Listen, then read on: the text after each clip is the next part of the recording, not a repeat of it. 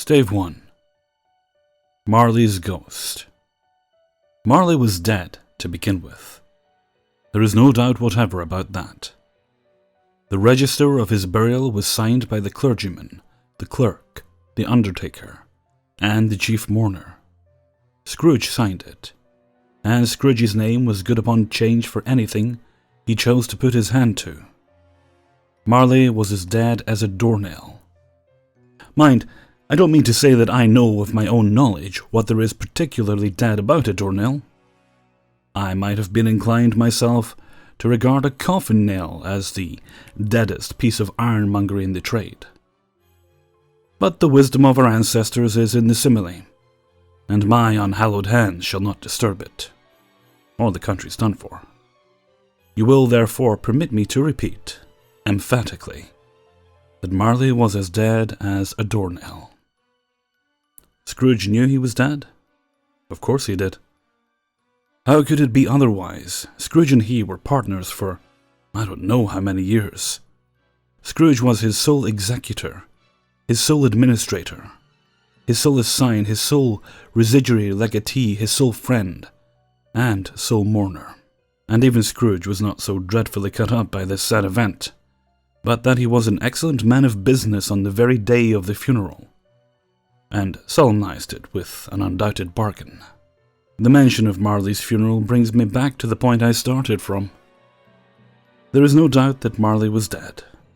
This must be distinctly understood, or nothing wonderful can come from the story I am going to relate. If we were not perfectly convinced that Hamlet's father died before the play began, there would be nothing more remarkable in his taking a stroll at night, in an easterly wind upon his own ramparts, than there would be in any other middle-aged gentleman rashly turning out after dark in a breezy spot, say St. Paul's churchyard, for instance, literally to astonish his son's weak mind. Scrooge never painted out old Marley's name. There it stood years afterwards, above the warehouse door. Scrooge and Marley. The firm was known as Scrooge and Marley. Sometimes people new to the business called Scrooge Scrooge, and sometimes Marley, but he answered to both names. It was all the same to him. Oh, but he was a tight-fisted hand at the grindstone, Scrooge. A squeezing, wrenching, grasping, scraping, clutching, covetous old sinner. Hard and sharp as flint, from which no steel had ever struck out generous fire. Secret and self-contained, and solitary as an oyster. The cold within him froze his old features, nipped his pointed nose, shriveled his cheek, stiffened his gait, made his eyes red, his thin lips blue, and spoke out shrewdly in his grating voice. A frosty rime was on his head, and on his eyebrows and his wiry chin. He carried his own low temperature always about with him. He iced his office in the dog days, and didn't thaw it 1 degree at Christmas. External heat and cold had little influence on Scrooge. No warmth could warm, no wintry weather chill him. No wind that blew was bitterer than he. No falling snow was more intent upon his purpose, no pelting rain less open to entreaty. Foul weather didn't know where to have him. The heaviest rain and snow and hail and sleet could boast of the advantage over him in only one respect. They often came down, handsomely, and Scrooge never did. Nobody ever stopped him in the street to say, with gladsome looks, "My dear Scrooge, how are you? When will you come to see me?" No beggars implored him to bestow a trifle, no children asked him what it was o'clock. No man or woman ever once in all his life inquired the way of such and such a place of Scrooge. Even the blind men's dogs appeared to know him, and when they saw him coming on would tug their owners into doorways and up courts, and then would wag their tails as though they said, "No eye at all is better than an evil eye, dark master." But what did Scrooge care? It was the very thing he liked. To edge his way along the crowded paths of life, warning all human sympathy to keep its distance, was what the knowing ones call nuts to Scrooge. Once upon a time, of all the good days in winter on Christmas Eve, old Scrooge sat busy in his counting house. It was cold, bleak, biting weather, foggy withal, and he could hear the people in the court outside go wheezing up and down, beating their hands upon their breasts and stamping their feet upon the pavement stones to warm them. The city clocks had only just gone 3, but it was quite dark already. It had not been light all day. The candles were flaring in the windows of the neighbouring offices, the ruddy smears upon the palpable brown air. The fog came pouring in at every chink and keyhole, and was so dense without that, although the court was of the narrowest, the houses opposite were mere phantoms. To see the dingy cloud come, drooping down, obscuring everything, one might have thought that nature lived hard by and was brewing on a large scale. The door of Scrooge's counting house was open, that he might keep an eye upon his clerk, who in a dismal little cell beyond, a sort of tank, was copying letters. Scrooge had a very small fire, but the clerk's fire was so very much smaller that it looked like one coal. But he couldn't replenish it, for Scrooge kept the coal box in his own room. And so surely as the clerk came in with the shovel, the master predicted that it would be necessary for them to part, wherefore the clerk put on his white comforter and tried to warm himself at the candle, in which effort, not being a man of strong imagination, he failed. "A Merry Christmas, Uncle! God save you!" cried a cheerful voice. It was the voice of Scrooge's nephew, who came upon him so quickly that this was the first intimation he had of his approach. "Ah," said Scrooge. "Humbug." He had so heated himself, with rapid walking in fog and frost, this nephew of Scrooge's, that he was all in a glow. His face was ruddy and handsome, his eyes sparkled, and his breath smoked again. "Christmas a humbug, Uncle," said Scrooge's nephew. "You don't mean that, I am sure." "I do," said Scrooge. "Merry Christmas. What right have you to be merry? What reason have you to be merry? You're poor enough." "Come on, then," returned the nephew gaily. "What right have you to be dismal? What reason have you to be morose? You're rich enough." Scrooge, having no better answer ready on the spur of the moment, said, "Ah," again, and followed it up with, "Humbug." "Don't be cross, Uncle," said the nephew. "What else can I be?" returned the uncle, "when I live in such a world of fools as this? Merry Christmas. Out upon Merry Christmas. What's Christmas time to you but a time for paying bills without money, a time for finding yourself a year older and not an hour richer, a time for balancing your books and having every item in 'em through a round dozen of months presented dead against you? If I could work my will," said Scrooge indignantly, "every idiot who goes about with Merry Christmas on his lips should be boiled with his own pudding and buried with a stake of holly through his heart. He should." "Uncle," pleaded the nephew. "Nephew," returned the uncle sternly. "Keep Christmas in your own way, and let me keep it in mine." "Keep it?" repeated Scrooge's nephew. "But you don't keep it." "Let me leave it be, then," said Scrooge. "Much good may it do you, much good has it ever done you." "There are many things from which I might have derived good, by which I have not profited, I dare say," returned the nephew.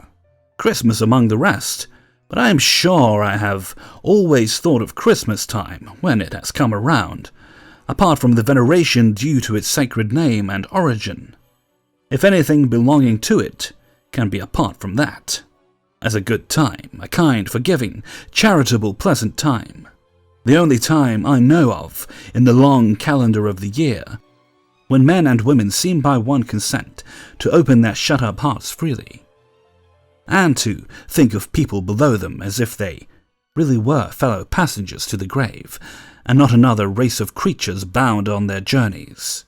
And therefore, Uncle, though it has never put a scrap of gold or silver in my pocket, I believe that it has done me good, and will do me good, and I say, God bless it. The clerk in the tack involuntarily applauded, becoming immediately sensible of the impropriety. He poked the fire, and extinguished the last frail spark forever. "Let me hear another sound from you," said Scrooge, "and you'll keep your Christmas by losing your situation. You're quite a powerful speaker, sir," he added, turning to his nephew. "I wonder you don't go into Parliament." "Don't be angry, uncle. Come, dine with us tomorrow." Scrooge said that he would see him. Yes, indeed he did. He went the whole length of the expression, and said that he would see him in that extremity first. "But why?" cried Scrooge's nephew. "Why?" "Why did you get married?" said Scrooge. "Because I fell in love." "Because you fell in love," growled Scrooge, as if that were the only thing in the world more ridiculous than a Merry Christmas. "Good afternoon." "Nay, uncle, but you never came to see me before that happened. Why give it as a reason for not coming now?" "Good afternoon," said Scrooge. "I want nothing from you. I ask nothing of you. Why cannot we be friends?" "Good afternoon," said Scrooge. "I am sorry with all my heart to find you so resolute. We have never had any quarrel to which I have been a party, but I have made a trial in homage to Christmas, and I'll keep my Christmas humour to the last. So Merry Christmas, uncle." "Good afternoon," said Scrooge, "and a Happy New Year." "Good afternoon," said Scrooge. His nephew left the room without an angry word, notwithstanding. He stopped at the outer door to bestow the greetings of the season on the clerk, who, cold as he was warmer than Scrooge, for he returned them cordially. "There's another fellow," muttered Scrooge, who overheard him. "My clerk, with 15 shillings a week, and a wife and a family, talking about a Merry Christmas. I'll retire to Bedlam." This lunatic, in letting Scrooge's nephew out, had let 2 other people in. They were portly gentlemen, pleasant to behold, and now stood with their hats off in Scrooge's office. They had books and papers in their hands, and bowed to him. "Scrooge and Marley's, I believe," said one of the gentlemen, referring to his list. "Have I the pleasure of addressing Mr. Scrooge or Mr. Marley?" "Mr. Marley has been dead these 7 years," Scrooge replied. "He died 7 years ago this very night." "We have no doubt his liberality is well represented by his surviving partner," said the gentleman, presenting his credentials. "It certainly was, for they had been 2 kindred spirits." At the ominous word liberality, Scrooge frowned, and shook his head and handed the credentials back.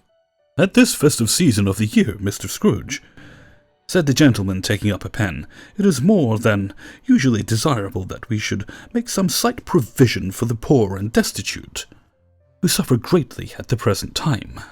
Many thousands are in want of common necessities. Hundreds of thousands are in want of common comforts, sir." "Are there no prisons?" asked Scrooge. "Plenty of prisons," said the gentleman, laying down the pen again. "And the union workhouses?" demanded Scrooge. "Are they still in operation?" "They are, still," returned the gentleman. "I wish I could say they were not."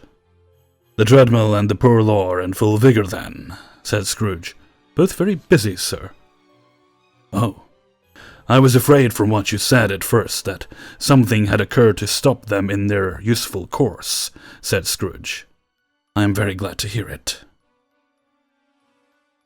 "Under the impression that they scarcely furnish Christian cheer of mind or body to the multitude," returned the gentleman.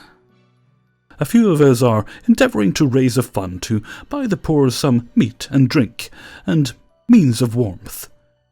We choose this time because it is a time of all others when want is keenly felt and abundance rejoices. What shall I put you down for?" "Nothing," Scrooge replied. "You wish to be anonymous?" "I wish to be left alone," said Scrooge. "Since you ask me what I wish, gentlemen, that is my answer. I don't make merry myself at Christmas, and I can't afford to make idle people merry. I help to support the establishments I have mentioned." They cost enough, and those who are badly off must go there. Many can't go there, and many would rather die. If they would rather die, said Scrooge, then they had better do it, and decrease the surplus population. Besides, excuse me, I don't know that. But you might know it, observed the gentleman. It's not my business, Scrooge returned. It's enough for a man to understand his own business, and not to interfere with other people's. Mine occupies me constantly. Good afternoon, gentlemen. Seeing clearly that it would be useless to pursue their point, the gentleman withdrew. Scrooge resumed his labours with an improved opinion of himself, and in a more facetious temper than was usual with him. Meanwhile, the fog and darkness thickened so that people ran about with flaring links, proffering their services to go before horses and carriages, and conduct them on their way. The ancient tower of a church, whose gruff old bell was always peeping slyly down at Scrooge out of a Gothic window in the wall, became invisible, and struck the hours and quarters in the clouds, with tremendous vibrations afterwards, as if its teeth were chattering in its frozen head up there. The cold became intense. In the main street, at the corner of the court, some labourers were repairing the gas pipes, and had lighted a great fire in the brazier, round which a party of ragged men and boys were gathered, warming their hands and winking their eyes before the blaze in rapture. The water plug being left in solitude, its overflowing suddenly congealed, and turned to misanthropic ice. The brightness of the shops, where holly sprigs and berries crackled in the lamp heat of the windows, made pale faces ruddy as they passed. Poulterers' and grocers' trades became a splendid joke, a glorious pageant, with which it was next to impossible to believe that such dull principles as bargain and sale had anything to do. The Lord Mayor, in the stronghold of the mighty mansion house, gave orders to his 50 cooks and butlers to keep Christmas as a Lord Mayor's household should, and even the little tailor, who he had fined 5 shillings on the previous Monday for being drunk and bloodthirsty in the streets, stirred up tomorrow's pudding in his garret, while his lean wife and the baby sallied out to buy the beef. Foggier yet, and colder, piercing, searching, biting cold. If the good St. Dunstan had but nipped the evil spirit's nose with a touch of such weather as that, instead of using his familiar weapons, then, indeed, he would have roared to lusty purpose. The owner of one scant young nose gnawed and mumbled by the hungry cold as bones are gnawed by dogs, stooped down at Scrooge's keyhole to regale him with a Christmas carol, but at the first sound of "God bless you, merry gentlemen, may nothing you dismay," Scrooge seized the ruler with such energy of action that the singer fled in terror, leaving the keyhole to the fog, and even more congenial frost. At length, the hour of shutting up the counting-house arrived. With an ill will, Scrooge dismounted from his stool, and tacitly admitted the fact to the expectant clerk in the tank, who instantly snuffed his candle out and put on his hat. "You'll want all day tomorrow, I suppose," said Scrooge. "If convenient, sir." "It's not convenient," said Scrooge, "and it's not fair. If I was to stop a half-crown for it, you'd think yourself ill-used, I'll be bound." The clerk smiled faintly. "And yet," said Scrooge, "you don't think me ill-used when I pay a day's wages for no work." The clerk observed it was only once a year. "A poor excuse for picking a man's pocket every 25th of December," said Scrooge, buttoning his great coat to the chin, "but I suppose you must have the whole day. Be here all the earlier next morning." The clerk promised that he would, and Scrooge walked out with a growl.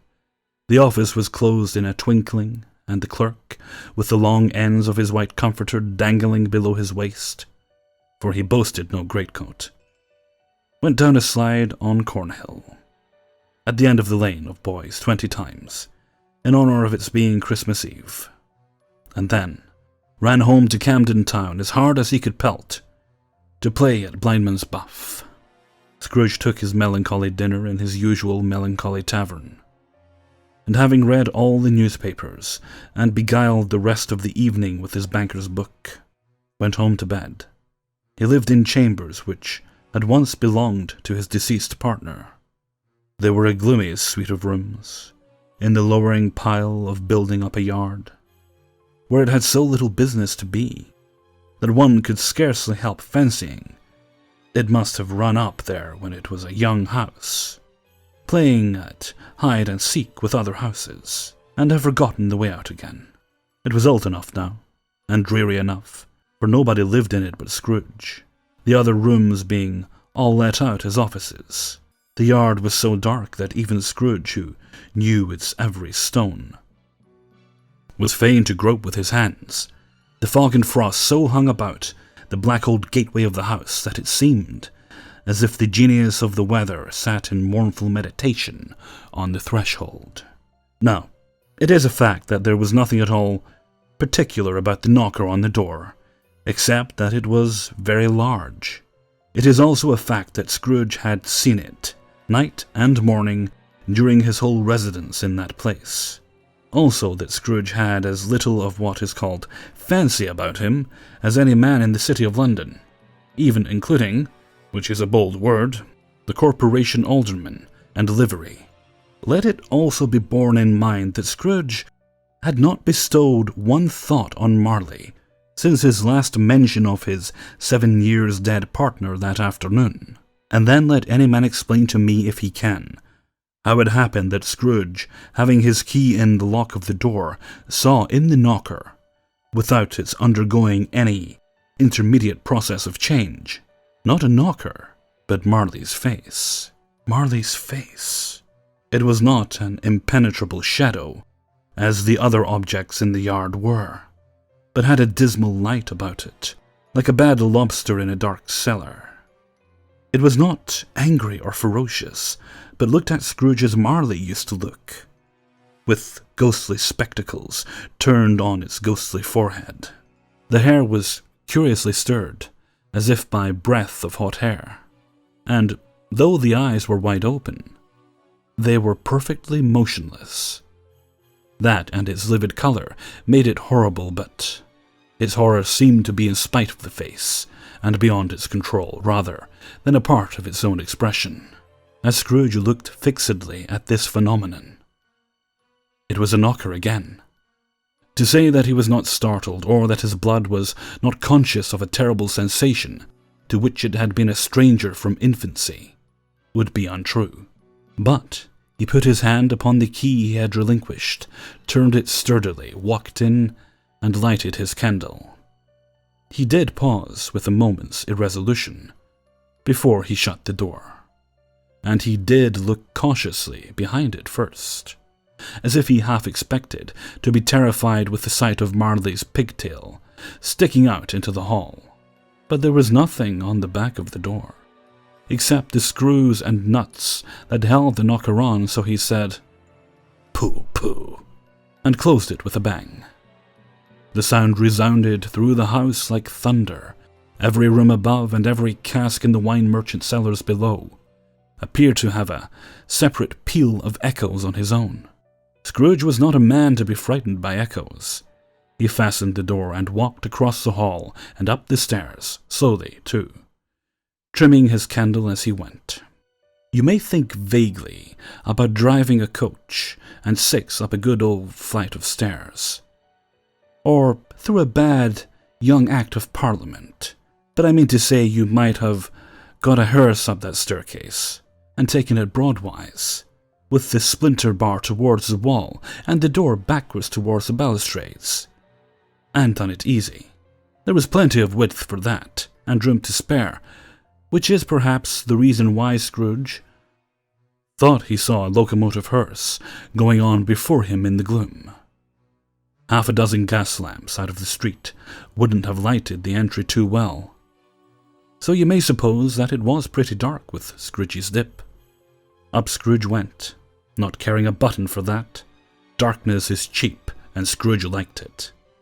But before he shut his heavy door, he walked through his rooms to see that all was right.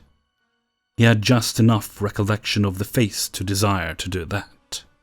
Sitting room, bedroom, lumber room, all as they should be. Nobody under the table, nobody under the sofa. A small fire in the grate, spoon and basin ready, and a little saucepan of gruel. Scrooge had a cold in his head, upon the hob. Nobody under the bed, nobody in the closet, nobody in his dressing gown, which was hanging up in a suspicious attitude against the wall. Lumber room as usual, old fire guard, old shoes, 2 fish baskets, washing stand on 3 legs, and a poker. Quite satisfied, he closed his door and locked himself in, double-locked himself in, which was not his custom. Thus secured against surprise, he took off his cravat, put on his dressing gown and slippers, and his nightcap, and sat down before the fire to take his gruel. It was a very low fire indeed, nothing on such a bitter night. He was obliged to sit close to it, and brood over it, before he could extract the least sensation of warmth from such a handful of fuel. The fireplace was an old one, built by some Dutch merchant long ago, and paved all round with quaint Dutch tiles designed to illustrate the scriptures. There were Cains and Abels, Pharaoh's daughters, queens of Sheba, angelic messengers descending through the air on clouds like feather beds, Abraham's, Belshazzar's apostles, putting off to sea in butter boats, hundreds of figures to attract his thoughts. And yet that face of Marley, 7 years dead, came like the ancient prophet's rod, and swallowed up the whole. If each smooth tile had been a blank at first, with power to shape some picture on its surface from the disjointed fragments of his thoughts, there would have been a copy of old Marley's head on every one. "Humbug," said Scrooge, and walked across the room. After several turns he sat down again. As he threw his head back in the chair, his glance happened to rest upon a bell, a disused bell that hung in the room and communicated, for some purpose now forgotten, with a chamber in the highest story of the building. It was with great astonishment, and with a strange, inexplicable dread that, as he looked, he saw this bell begin to swing. It swung so softly in the outset that it scarcely made a sound, but soon it rang out loudly, and so did every bell in the house. This might have lasted half a minute, or a minute, but it seemed an hour. The bells ceased as they had begun together. They were succeeded by a clanking noise, deep down below, as if some person were dragging a heavy chain over the casks in the wine merchant's cellar. Scrooge then remembered to have heard that ghosts in haunted houses were described as dragging chains. The cellar door flew open, with a booming sound, and then he heard the noise much louder, on the floors below, then coming up the stairs, then coming straight towards his door. "It's a humbug still," said Scrooge. "I won't believe it." His colour changed, though, when, without a pause, it came on through the heavy door, and passed into the room before his eyes. Upon its coming in, the dying flame leaped up, as though it cried, "I know him! Marley's ghost!" and fell again. The same face, the very same. Marley in his pigtail usual waistcoat, tights, and boots. The tassels on the latter bristling like his pigtail, and his coat skirts, and the hair upon his head. The chain he drew was clasped around his middle. It was long, and wound around him like a tail, and it was made, for Scrooge observed it closely, of cash boxes, keys, padlocks, ledgers, deeds, and heavy purses wrought in steel. His body was transparent, so that Scrooge, observing him, and looking through his waistcoat, could see the 2 buttons on his coat behind. Scrooge had often heard it said that Marley had no bowels, but he had never believed it until now. No, nor did he believe it even now, though he looked the phantom through and saw it standing before him. though he felt the chilling influence of its death-cold eyes, and marked the very texture of the folded kerchief bound about its head and chin, which wrapper he had not observed before. He was still incredulous, and fought against his senses. "How now?" said Scrooge, caustic and cold as ever. "What do you want with me?" "Much." Marley's voice, no doubt about it. "Who are you?" "Ask me who I was." "Who were you, then?" said Scrooge, raising his voice. "You're particular for a shade." He was going to say "to a shade," but substituted this as more appropriate. "In life, I was your partner, Jacob Marley." Can you sit down?" asked Scrooge, looking doubtfully at him. "I can." "Do it, then." Scrooge asked the question because he didn't know whether a ghost so transparent might find himself in a condition to take a chair, and felt that in the event of it being impossible, it might involve the necessity of an embarrassing explanation. But the ghost sat down on the opposite side of the fireplace, as if he were quite used to it. "You don't believe in me," observed the ghost. "I don't," said Scrooge. "What evidence would you have of my reality beyond that of your senses?" "I don't know," said Scrooge. "Why do you doubt your senses?" "Because," said Scrooge, "a little thing affects them. A slight disorder of the stomach makes them cheats. You may be an undigested bit of beef, a blot of mustard, a crumb of cheese, a fragment of underdone potato. There's more of gravy than of grave about you, whatever you are." Scrooge was not much in the habit of cracking jokes, nor did he feel in his heart by any means waggish then. The truth is, he tried to be smart, as a means of distracting his own attention, and keeping down his terror, for the spectre's voice disturbed the very marrow in his bones. To sit staring at those fixed, glazed eyes in silence for a moment would play, Scrooge felt, the very deuce with him. There was something very awful, too, in the spectre's being provided with an infernal atmosphere of its own. Scrooge could not feel it himself, but this was clearly the case, for though the ghost sat perfectly motionless, its hair, the skirts, and tassels were still agitated as by the hot vapor from an oven. "You see this toothpick?" said Scrooge, returning quickly to the charge for the reason just assigned, and wishing, though it were only for a second, to divert the vision's stony gaze from himself. "I do," replied the ghost.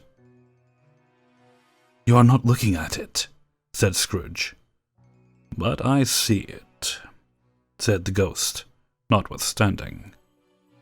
"Well," returned Scrooge, "I have but to swallow this, and be for the rest of my days persecuted by a legion of goblins, all of my own creation. Humbug, I tell you, humbug." At this the spirit raised a frightful cry, and shook its chain with such a dismal and appalling noise that Scrooge held on tight to his chair, to save himself from falling in a swoon. But how much greater was his horror when the phantom, taking off the bandage round its head, as if it were too warm to wear indoors, its lower jaw dropped down upon its breast. Scrooge fell upon his knees and clasped his hands before his face. "Mercy," he said, "dreadful apparition, why do you trouble me?" "Man of the worldly mind," replied the ghost, "do you believe in me or not?" "I do," said Scrooge. "I must. But why do spirits walk the earth, and why do they come to me?" "It is required of every man," the ghost returned, "that the spirit within him should walk abroad among his fellow men, and travel far and wide. And if that spirit goes not forth in life, it is condemned to do so after death. It is doomed to wander through the world. Oh, woe is me, and witness what it cannot share, but might have shared on the earth and turned to happiness. Again the spectre raised a cry, and shook its chain, and wrung its shadowy hands. "You are fettered," said Scrooge, trembling. "Tell me why." "I wear the chain I forged in life," replied the ghost. "I made it link by link and yard by yard.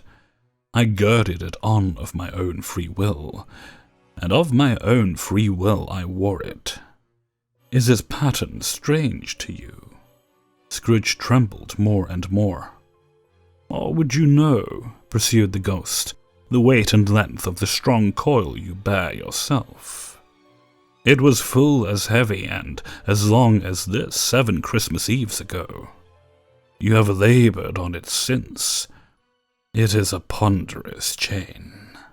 Scrooge glanced about him on the floor in the expectation of finding himself surrounded by some 50 or 60 fathoms of iron cable, but he could see nothing. "Jacob," he said imploringly, "oh, Jacob Marley, tell me more. Speak comfort to me, Jacob." "I have none to give," the ghost replied. "It comes from other regions, Ebenezer Scrooge. It is conveyed by other ministers to other kinds of men. Nor can I tell you what I would.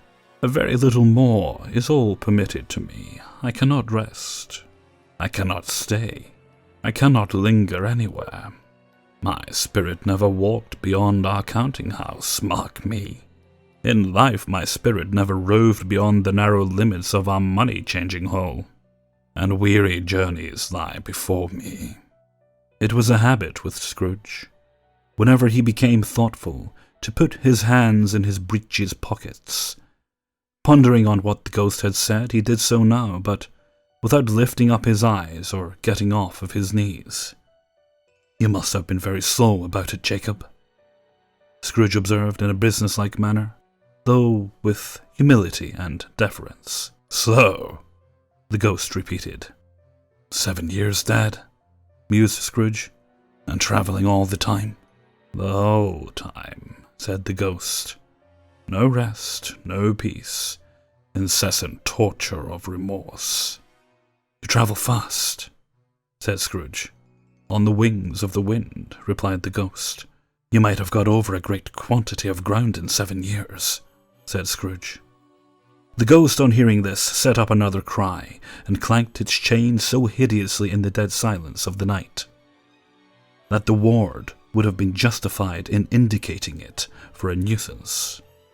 "Oh, captive bound, and double-ironed," cried the phantom, "not to know that ages of incessant labour by immortal creatures, for this earth must pass into eternity before the good of which it is susceptible is all developed.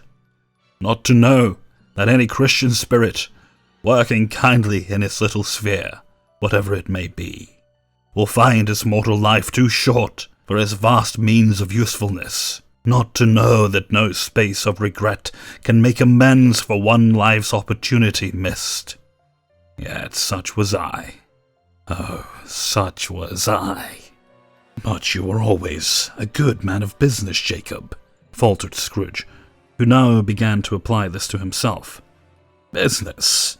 cried the ghost, wringing his hands again. "Mankind was my business.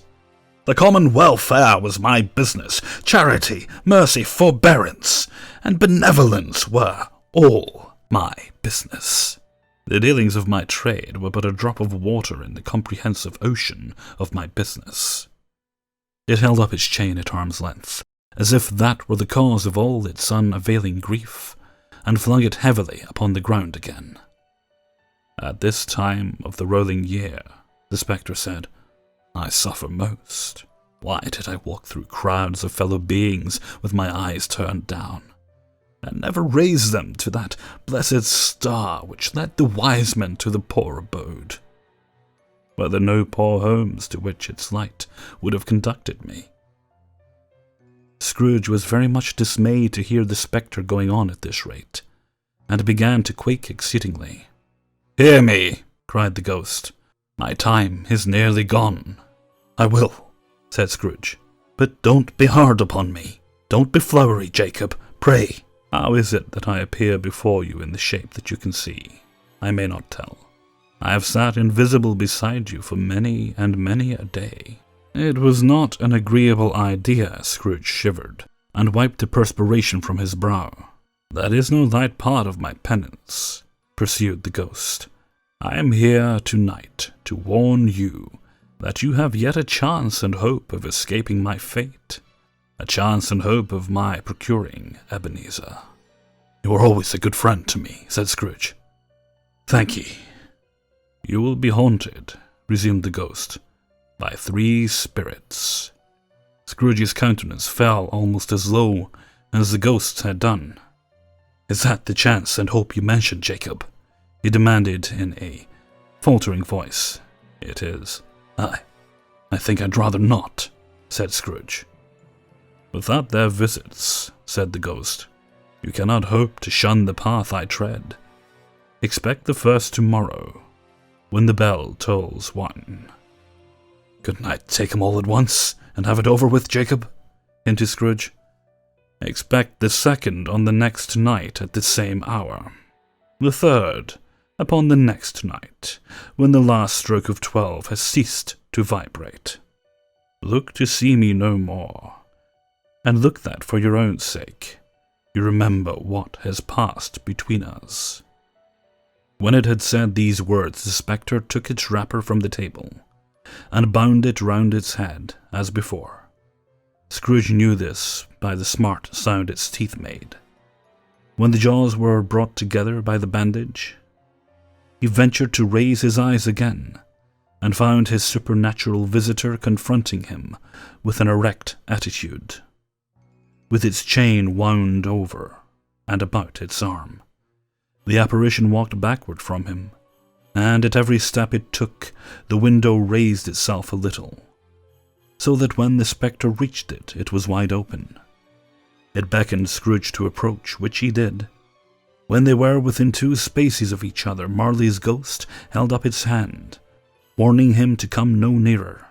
Scrooge stopped, not so much in obedience as in surprise and fear, for on the raising of the hand, he became sensible of confused noises in the air, incoherent sounds of lamentation and regret, wailings inexpressibly sorrowful and self-accusatory. The spectre, after listening for a moment, joined in the mournful dirge and floated out upon the bleak, dark night. Scrooge followed to the window, desperate in his curiosity. He looked out. The air was filled with phantoms, wandering hither and thither in restless haste, and moaning as they went. Every one of them wore chains like Marley's ghost. Some flew, they might be guilty governments, were linked together. None were free. Many had been personally known to Scrooge in their lives. He had been quite familiar with one ghost in his white waistcoat and a monstrous iron safe attached to its ankle, who cried piteously at being made to assist with a wretched woman with an infant, whom it saw below upon a doorstep. The misery with them all was, clearly, that they sought to interfere for good in human matters, and had lost the power forever. Whether these creatures faded into mist, or mist enshrouded them, he could not tell. But they and their spirit voices faded together, and the night became as it had been when he walked home. Scrooge closed the window and examined the door by which the ghost had entered. It was double-locked, as he had locked it with his own hands, and the bolts were undisturbed. He tried to say, "Humbug," but stopped at the first syllable, and being, from the emotion he had undergone, or the fatigues of the day, or his glimpse of the invisible world, or the dull conversation of the ghost, or the lateness of the hour, much in need of repose, went straight to bed, without undressing, and fell asleep upon the instant.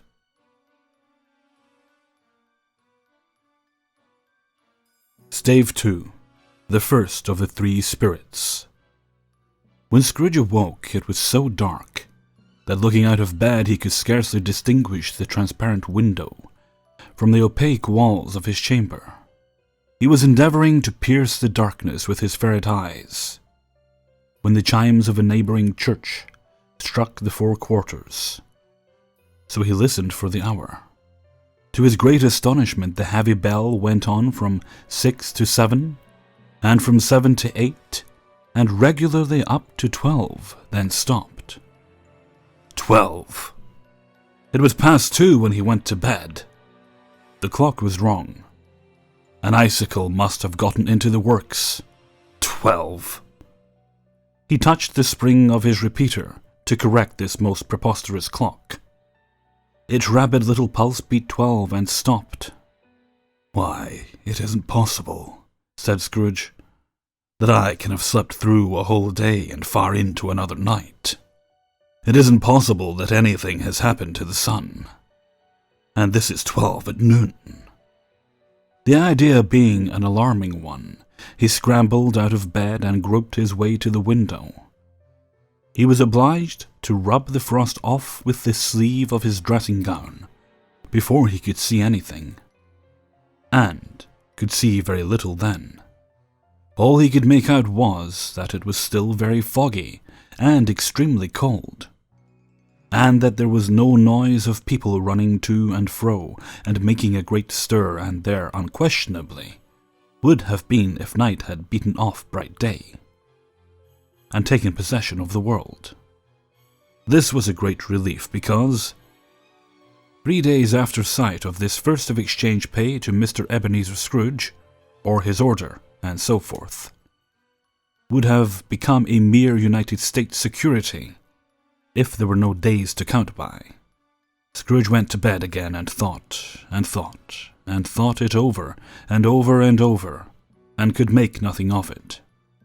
The more he thought, the more perplexed he was, and the more he endeavoured not to think, the more he thought.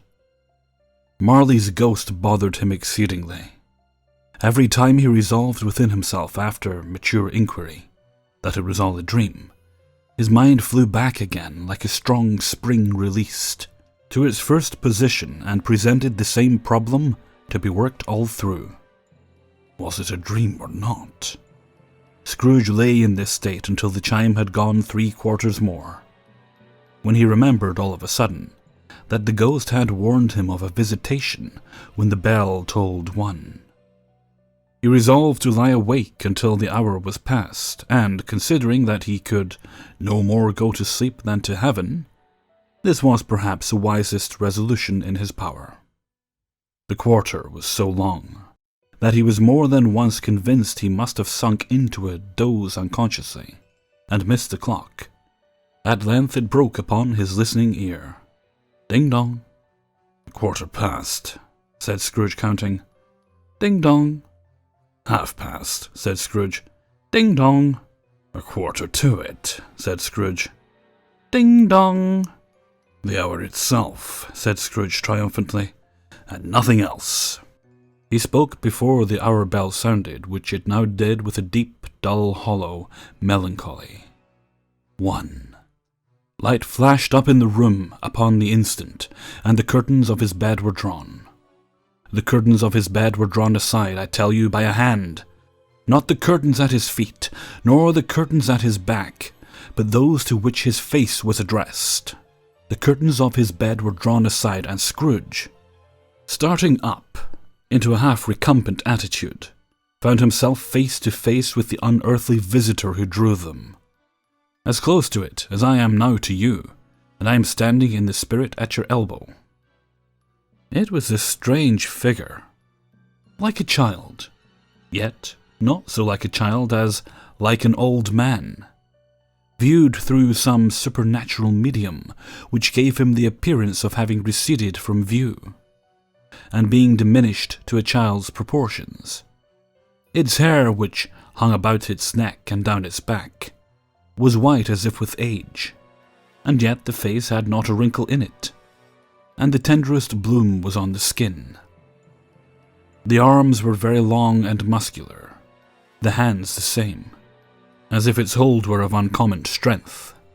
Its legs and feet, most delicately formed, were, like those upper members, bare. It wore a tunic of the purest white, and round its waist was bound a lustrous belt, the sheen of which was beautiful. It held a branch of fresh green holly in its hand, and in singular contradiction of that wintry emblem, had its dress trimmed with summer flowers.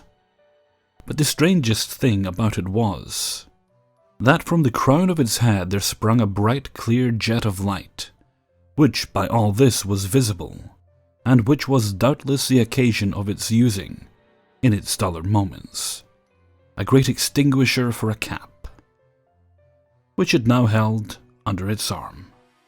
Even this, though, when Scrooge looked at it with increasing steadiness, was not its strangest quality.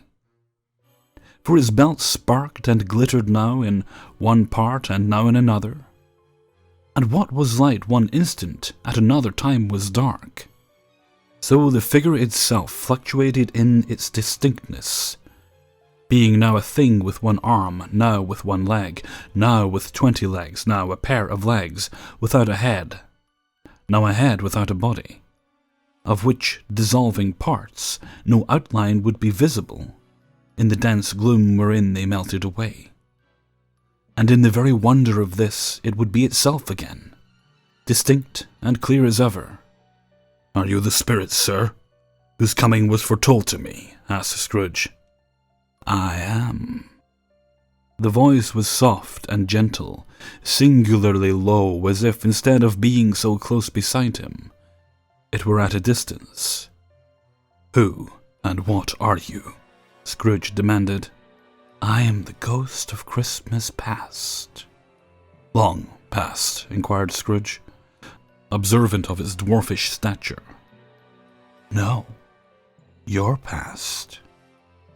Perhaps Scrooge could not have told anybody why, if anybody could have asked him, but he had a special desire to see the spirit in his cap, and begged him to be covered. "What?" exclaimed the ghost. "Would you so soon put out with worldly hands the light I give?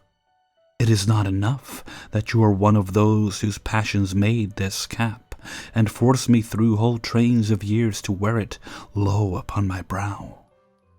Scrooge reverently disclaimed all intention to offend or any knowledge of having wilfully bonneted the spirit at any period of his life. He then made bold to inquire what business brought him there. "Your welfare," said the spirit. Scrooge expressed himself much obliged, but he could not help thinking that a night of unbroken rest would have been more conducive to that end. The spirit must have heard him thinking, for it said immediately, "Your reclamation, then. Take heed." It put out its strong hand as it spoke, and clasped him gently by the arm. "Rise and walk with me." It would have been in vain for Scrooge to plead that the weather and the hour were not adapted to pedestrian purposes. That bed was warm, and the thermometer a long way below freezing. That he was clad but lightly in his slippers, dressing gown, and nightcap, and that he had a cold upon him at that time. The grasp, though gentle as a woman's hand, was not to be resisted. He rose, but finding the spirit made towards the window, clasped his robe in supplication. "I am a mortal," Scrooge remonstrated, "and liable to fall." "Bear but a touch of my hand. There," said the spirit, laying it upon his heart, "and you shall be upheld in more than this." As the words were spoken, they passed through the wall and stood upon an open country road, with fields on either hand. The city had entirely vanished. Not a vestige of it was to be seen. The darkness and the mist had vanished with it, for it was a clear, cold winter day, with snow upon the ground. "Good heaven!" said Scrooge, clasping his hands together as he looked about him. "I was bred in this place. I was a boy here." The spirit gazed upon him mildly. Its gentle touch, though it had been light and instantaneous, appeared still present to the old man's sense of feeling. He was conscious of 1,000 odours floating in the air, each one connected with 1,000 thoughts, and hopes and joys and cares long, long forgotten. "Your lip is trembling," said the ghost. "And what is that upon your cheek?" Scrooge muttered, with an unusual catching in his voice, that it was a pimple, and begged the ghost to lead him where he would. "You recollect the way?" inquired the spirit. "Remember it?" cried Scrooge with fervour. "I could walk it blindfold." "Strange to have forgotten it for so many years," observed the ghost. "Let us go on." They walked along the road, Scrooge recognizing every gate and post and tree, until a little market town appeared in the distance, with its bridge, its church, and winding river. Some shaggy ponies now were seen trotting towards them with boys upon their backs, who called to other boys in country gigs and carts driven by farmers.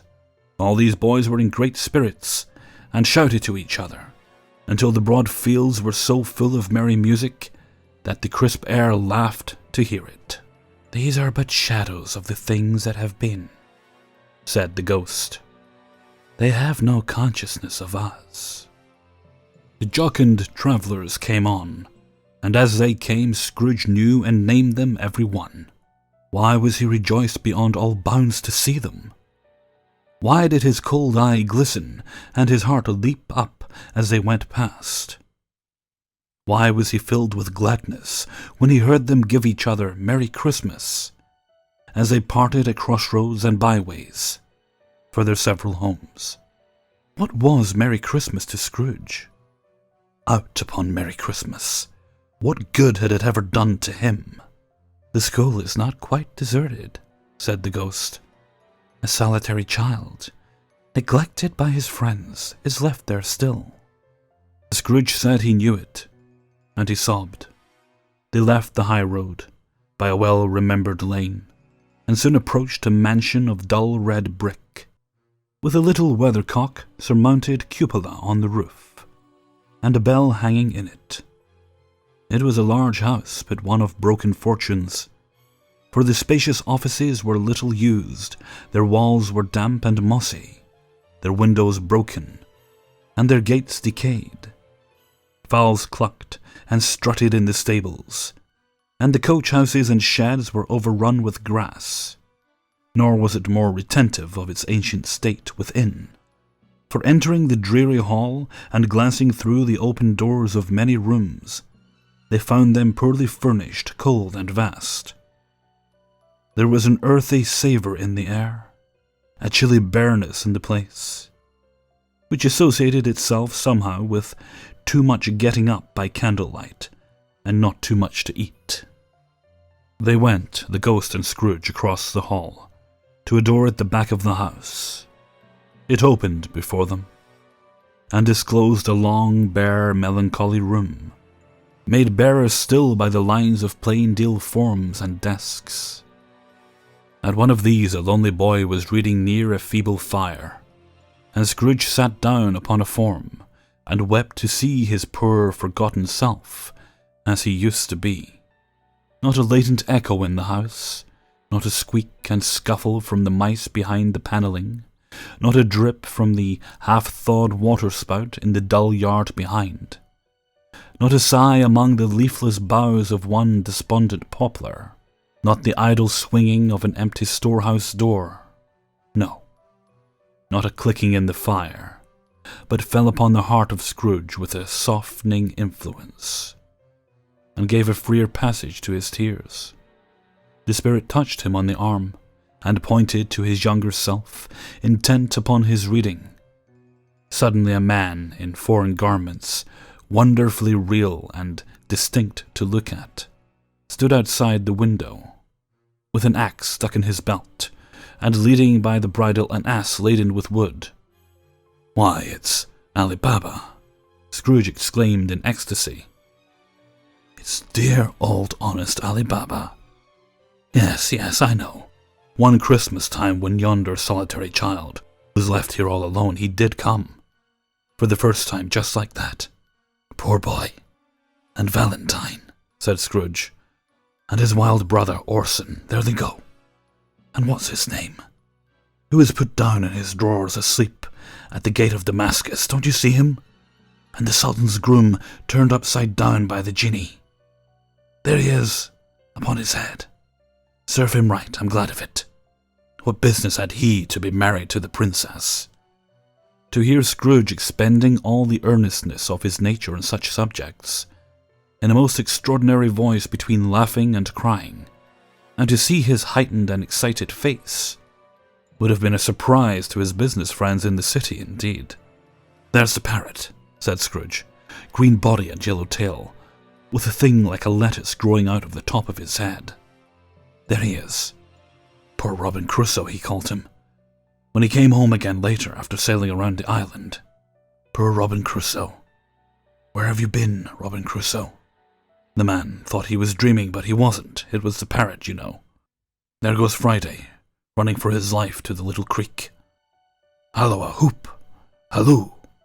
Then, with a rapidity of transition very foreign to his unusual character, he said in pity for his former self, "Poor boy," and cried again. "I wish," Scrooge muttered, putting his hand in his pocket and looking about him, after drying his eyes with his cuff. "But it's too late now." "What's the matter?" asked the spirit. "Nothing," said Scrooge. "Nothing. There was a boy singing a Christmas carol at my door last night. I should like to have given him something. That's all." The ghost smiled thoughtfully and waved its hand, saying, as it did so, "Let us see another Christmas." Scrooge's former self grew larger at the words, and the room became a little darker and more dirty. The panels shrunk, the windows cracked, fragments of plaster fell out of the ceiling, and the naked laths were shown instead. But how all this was brought about, Scrooge knew no more than you do. He only knew that it was quite correct, that everything had happened so, that there he was alone again, when all the other boys had gone home for the jolly holidays. He was not reading now, but walking up and down despairingly. Scrooge looked at the ghost, and with a mournful shaking of his head, glanced anxiously towards the door.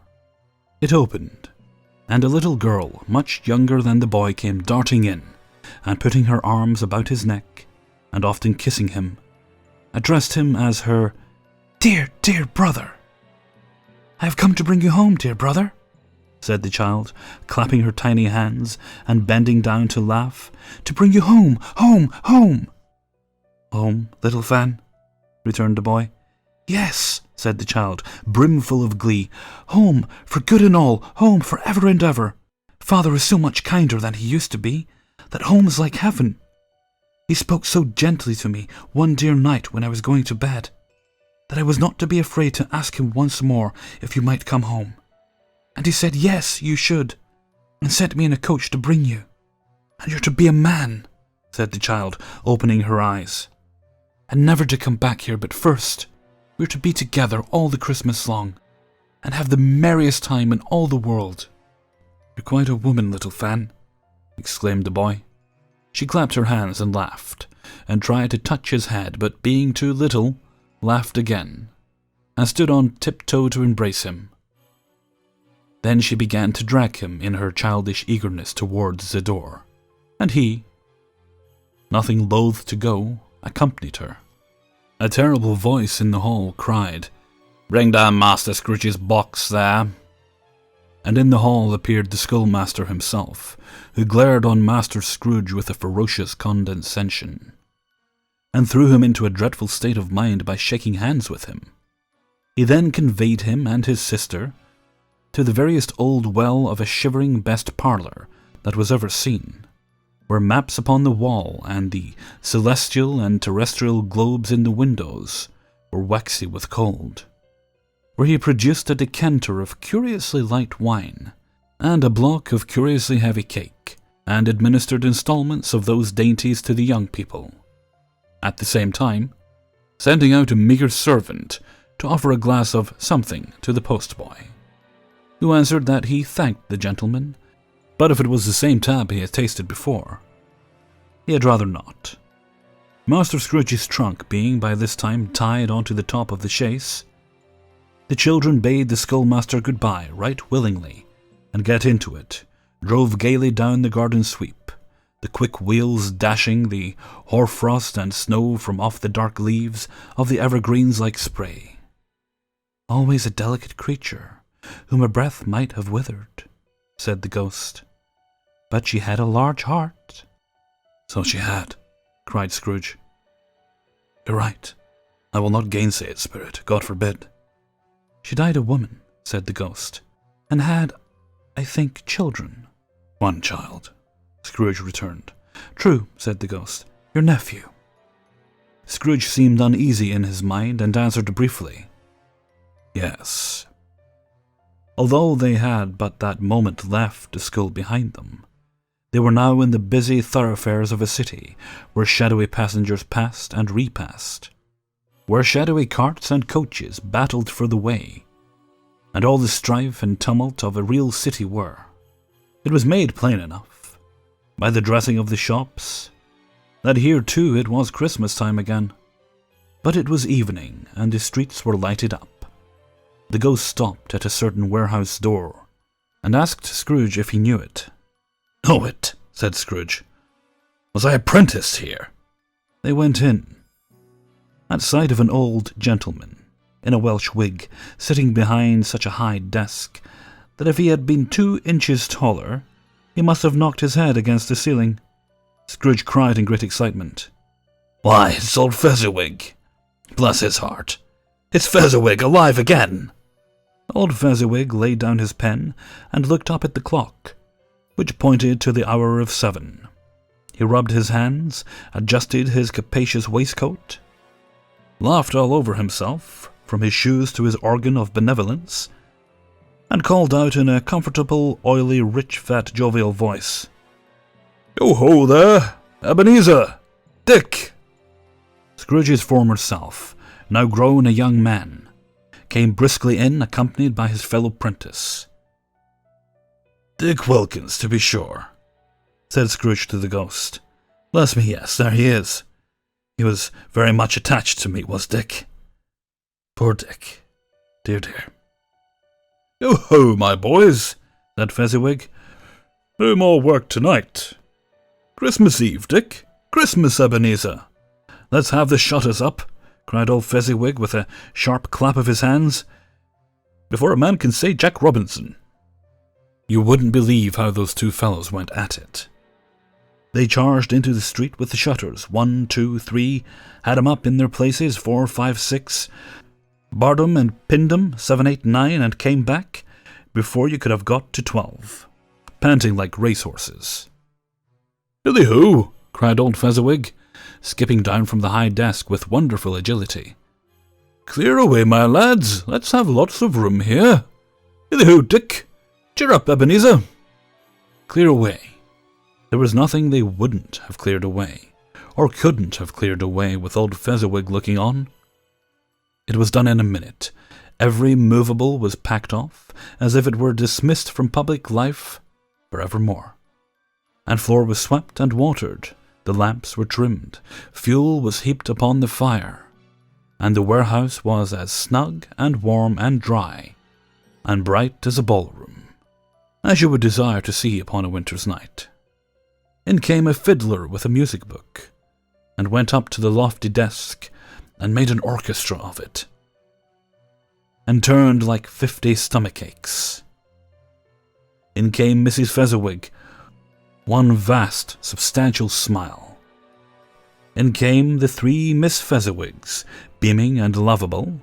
In came the 6 young followers whose hearts they broke. In came all the young men and women employed in the business. In came the housemaid with her cousin, the baker.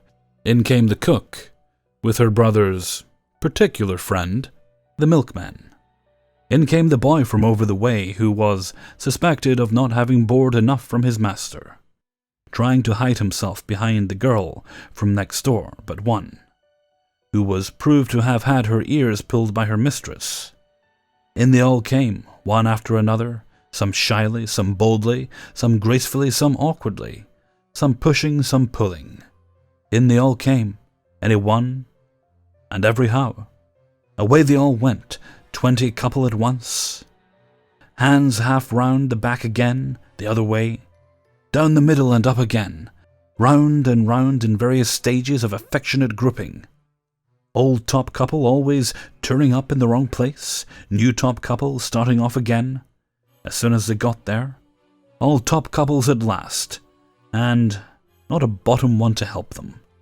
When this result was brought about, old Fezziwig, clapping his hands to stop the dance, cried out, "Well done!" And the fiddler plunged his hot face into a pot of porter, especially provided for that purpose. But scorning rest, upon his reappearance he instantly began again, though there were no dancers yet, as if the other fiddler had been carried home, exhausted, on a shutter. And here he were, a brand new man, resolved to beat him out of sight or perish. There were more dances, and there were more forfeits, and more dances, and there was cake, and there was negus, and there was a great piece of cold roast, and there was a great piece of cold boiled, and there were mince pies, and plenty of beer. But the great effect of the evening came after the roast and boiled, when the fiddler, an artful dog, mind, the sort of man who knew his business better than you or I could have told it him, struck up Sir Roger de Coverley. Then old Fezziwig stood out to dance with Mrs. Fezziwig, top couple too, with a good stiff piece of work cut out for them, 3 or 4 and 20 pair of partners. People who were not to be trifled with, people who would dance, and had no notion of walking. But if they had been twice as many, 4 times, old Fezziwig would have been a match for them, and so would Mrs. Fezziwig. As to her, she was worthy to be his partner in every sense of the term. If that's not high enough praise, tell me higher, and I'll use it. A positive light appeared to issue from Fezziwig's calves. They shone in every part of the dance like moons. You couldn't have predicted at any given time what would have become of them next. And when old Fezziwig and Mrs. Fezziwig had gone all through the dance, advance and retire, both hands to your partner, bow and curtsy, corkscrew, thread the needle, and back again to your place, Fezziwig cut so deftly that he appeared to wink with his legs, and came upon his feet again without a stagger. When the clock struck 7, the domestic ball broke up. Mr. and Mrs. Fezziwig took their stations, one on either side of the door, and shaking hands with every person individually as he or she went out, wished him or her a Merry Christmas. When everybody had retired but the 2 prentices, they did the same to them, and thus the cheerful voices died away, and the lads were left to their beds, which were under a counter in the back shop. During the whole of this time Scrooge had acted like a man out of his wits. His heart and soul were in the scene and with his former self. He corroborated everything, remembered everything, enjoyed everything, and underwent the strangest agitation. It was not until now, when the bright faces of his former self and Dick were turned from them, that he remembered the ghost, and became conscious that it was looking full upon him, while the light upon its head burnt very clear. "A small matter," said the ghost, "to make these silly folks so full of gratitude." "Small," echoed Scrooge. The spirit signed to him to listen to the 2 apprentices who were pouring out their hearts in praise of Fezziwig, and when he had done so, said, "Why, is it not? He has spent but a few pounds of your mortal money, 3 or 4 perhaps. Is that so much that he deserves this praise?" "It isn't that," said Scrooge, heated by the remark, and speaking unconsciously like his former, not his latter self. "It isn't that, spirit. He has the power to render us happy or unhappy, to make our service light or burdensome, a pleasure or a toil. Say that his power lies in words and looks, in things so slight and insignificant that it is impossible to add and count 'em up. What then? The happiness he gives is quite as great as if it cost a fortune. He felt the spirit's glance and stopped. What's the matter? Asked the ghost. Nothing particular, said Scrooge. Something, I think, the ghost insisted. No, said Scrooge. No, I should like to be able to say a word or two to my clerk just now. That's all. His former self turned down the lamps as he gave utterance to the wish, and Scrooge and the ghost again stood side by side in the open air. My time grows short, observed the spirit. Quick! This was not addressed to Scrooge or to anyone whom he could see, but it produced an immediate effect. For again Scrooge saw himself. He was older now, a man in the prime of life. His face had not the harsh and rigid lines of later years, but it had begun to wear the signs of care and avarice. There was an eager, greedy, restless motion in the eye, which showed the passion that had taken root, and where the shadow of the growing tree would fall. He was not alone, but sat by the side of a fair young girl in a mourning dress, in whose eyes there were tears, which sparkled in the light that shone out of the ghost of Christmas past. It matters little, she said softly. To you very little. Another idol has displaced me, and if it can cheer and comfort you in time to come, as I would have tried to do, I have no just cause to grieve. What idol has displaced you? He rejoined. A golden one. This is the even-handed dealing of the world, he said. There is nothing on which it is so hard as poverty, and there is nothing it professes to condemn with such severity as the pursuit of wealth. You fear the world too much, she answered gently. All your other hopes have merged into the hope of being beyond the chance of its sordid reproach. I have seen your nobler aspirations fall off one by one, until the master passion, gain, engrosses you. Have I not? What then? He reported. Even if I have grown so much wiser, what then? I am not changed towards you. She shook her head. Am I? Our contract is an old one. It was made when we were both poor and content to be so, until, in good season, we could improve our worldly fortune by our patient industry. You are changed. When it was made, you were another man. I was a boy, he said impatiently. Your own feeling tells you that you were not what you are, she returned. I am. That which promised happiness when we were one in heart is fraught with misery now that we are two. How often and how keenly I have thought of this, I will not say. It is enough that I have thought of it, and can release you. Have I ever sought release? In words, no, never. In what then? In a changed nature, in an altered spirit, in another atmosphere of life, another hope, as its great end.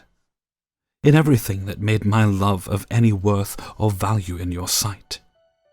If this had never been between us, said the girl, looking mildly but with steadiness upon him, tell me, would you seek me out and try to win me now? No. He seemed to yield to the justice of this supposition in spite of himself. But he said with a struggle, You think not? I would gladly think otherwise if I could, she answered. Heaven knows, when I have learned a truth like this, I know how strong and irresistible it must be. But if you were free today, tomorrow, yesterday, can even I believe that you would choose a dowerless girl? You who, in your very confidence with her, weigh everything by gain, or choosing her, if for a moment, you were false enough to your one guiding principle to do so. Do I not know that your repentance and regret would surely follow? I do, and I release you, with a full heart for the love of him you once were. He was about to speak, but with her head turned to him, she resumed, You may, the memory of what is past, half makes me hope you will, have pain in this. A very, very brief time, and you will dismiss the recollection of it gladly, as an unprofitable dream, from which it happened, well, that you awoke. May you be happy in the life you have chosen." She left him, and they parted. "Spirit! Show me no more. Conduct me home. Why do you delight to torture me?" "One shadow more," exclaimed the ghost. "No more," cried Scrooge. "No more. I don't wish to see it. Show me no more."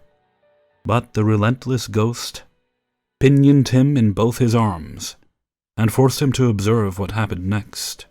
They were in another scene and place, a room, not very large or handsome, but full of comfort.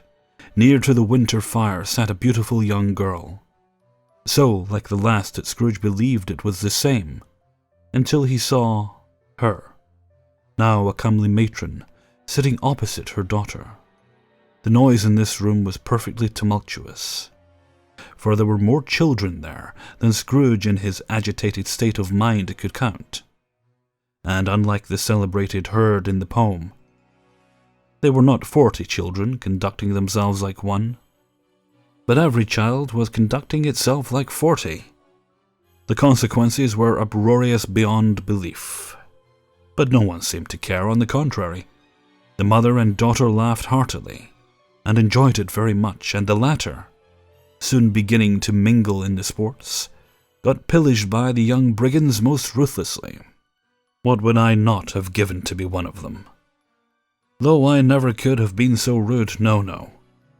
I wouldn't for the wealth of all the world have crushed that braided hair and torn it down, and for the precious little shoe, I wouldn't have plucked it off. God bless my soul, to save my life. As to measuring her waist in sport, as they did bold young brood, I couldn't have done it. I should have expected my arm to have grown round it for a punishment, and never come straight again. And yet I should have dearly liked, I own, to have touched her lips, to have questioned her, that she might have opened them, to have looked upon the lashes of her downcast eyes, and never raised a blush, to have let loose waves of hair, an inch of which would be a keepsake beyond price. In short, I should have liked, I do confess, to have had the lightest license of a child, and yet to have been man enough to know its value.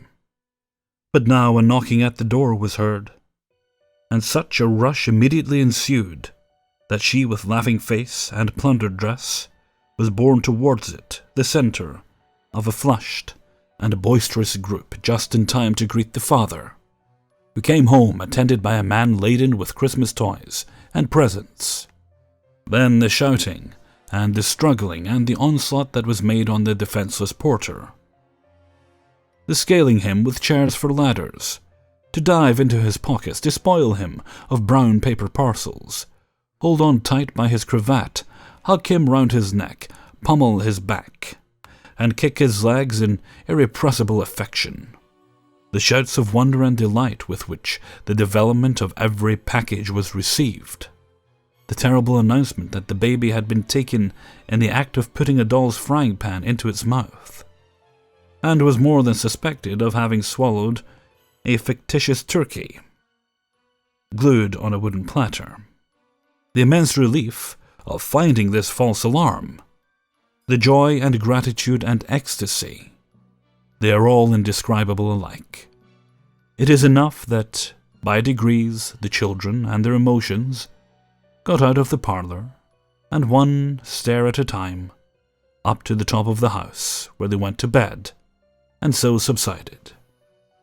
And now Scrooge looked on more attentively than ever, when the master of the house, having his daughter leaning fondly on him, sat down with her and her mother at his own fireside, and when he thought that such another creature, quite as graceful and as full of promise, might have called him father, and been a springtime in the haggard winter of his life, he grew very dim indeed.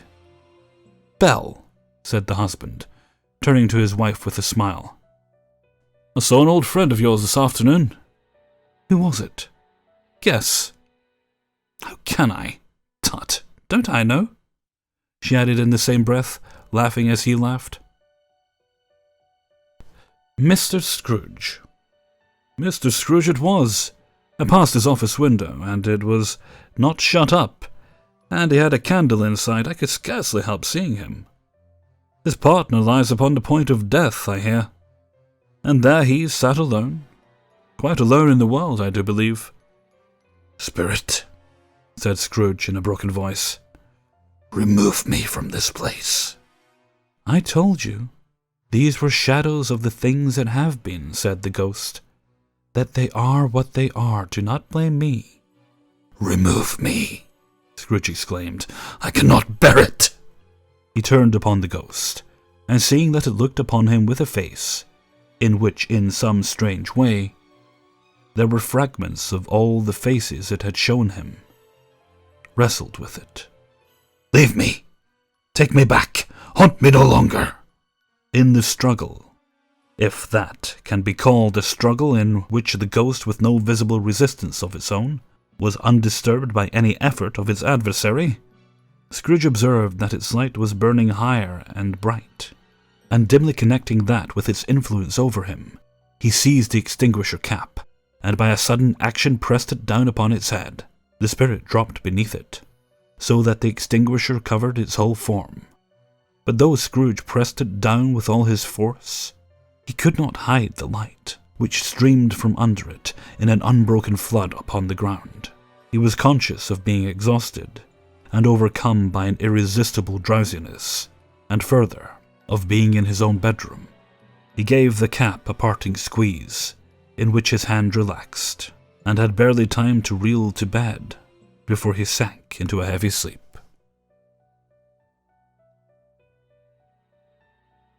Stave 3. The second of the three spirits. Awaking in the middle of a prodigiously tough snore, and sitting up in bed to get his thoughts together, Scrooge had no occasion to be told that the bell was again upon the stroke of 1. He felt that he was restored to consciousness in the nick of time, for the especial purpose of holding a conference with the second messenger, dispatched to him through Jacob Marley's intervention. But finding that he turned uncomfortably cold when he began to wonder which of his curtains this new spectre would draw back, he put them every one aside with his own hands, and laying down again, established a sharp lookout all round the bed, for he wished to challenge the spirit on the moment of its appearance, and did not wish to be taken by surprise and made nervous. Gentlemen of the free and easy sort, who plume themselves on being acquainted with a move or two, and being usually equal to the time of day, express the wide range of their capacity for adventure by observing that they are good for anything from pitch and toss to manslaughter, between which opposite extremes, no doubt, there lies a tolerably wide and comprehensive range of subjects. Without venturing for Scrooge quite as hardly as this, I don't mind calling on you to believe that he was ready for a good broad field of strange appearances, and that nothing between a baby and a rhinoceros would have astonished him very much.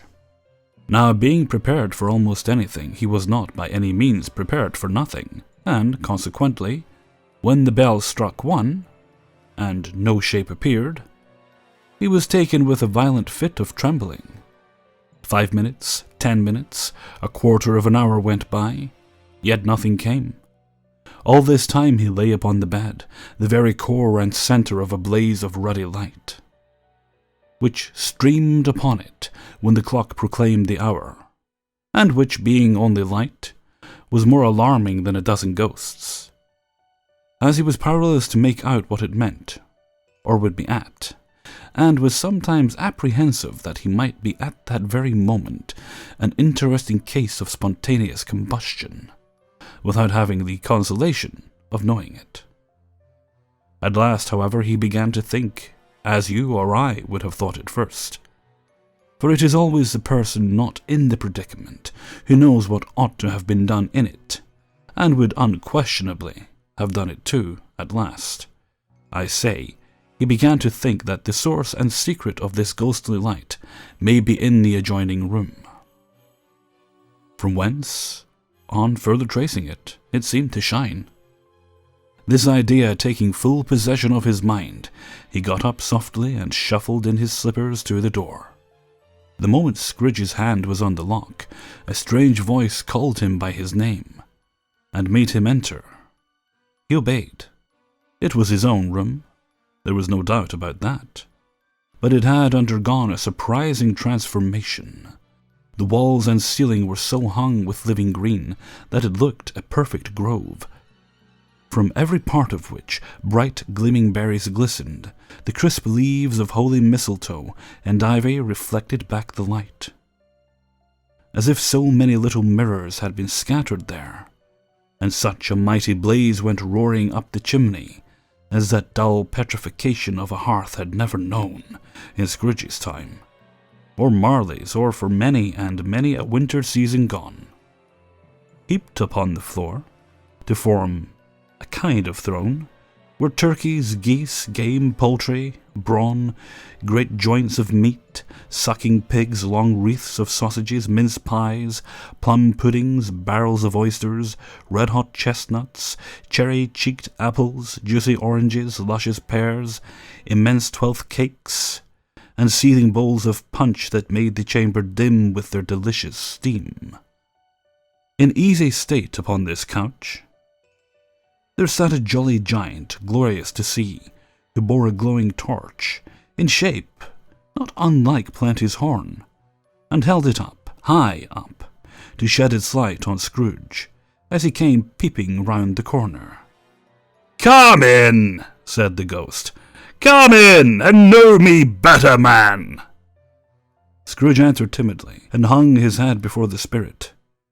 He was not the dogged Scrooge he had been, and though the spirit's eyes were clear and kind, he did not like to meet them. "I am the ghost of Christmas present," said the spirit. "Look upon me."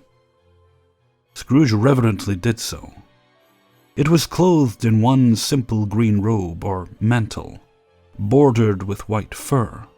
This garment hung so loosely on the figure that its capacious breast was bare, as if disdaining to be warded or concealed by any artifice.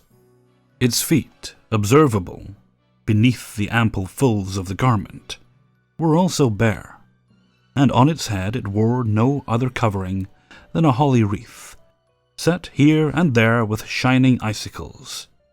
Its dark brown curls were long and free as its genial face, its sparkling eye, its opening hand, its cheery voice, its unconstrained demeanour, and its joyful air. Girded round its middle was an antique scabbard, but no sword was in it, and the ancient sheath was eaten up with rust. "You have never seen the like of me before," exclaimed the spirit. "Never," Scrooge made answer to it. "Have never walked forth with the younger members of my family? Meaning, for I am very young, my elder brothers born these later years," pursued the phantom. "I don't think I have," said Scrooge. "I'm afraid I have not. Have you had many brothers, spirit?" "More than 1,800, said the ghost. "A tremendous family to provide for," muttered Scrooge. The ghost of Christmas present rose. "Spirit," said Scrooge submissively, "conduct me where you will. I went forth last night on compulsion, and I learned a lesson which is working now. Tonight, if you have aught to teach me, let me profit by it." "Touch my robe." Scrooge did as he was told, and he held it fast.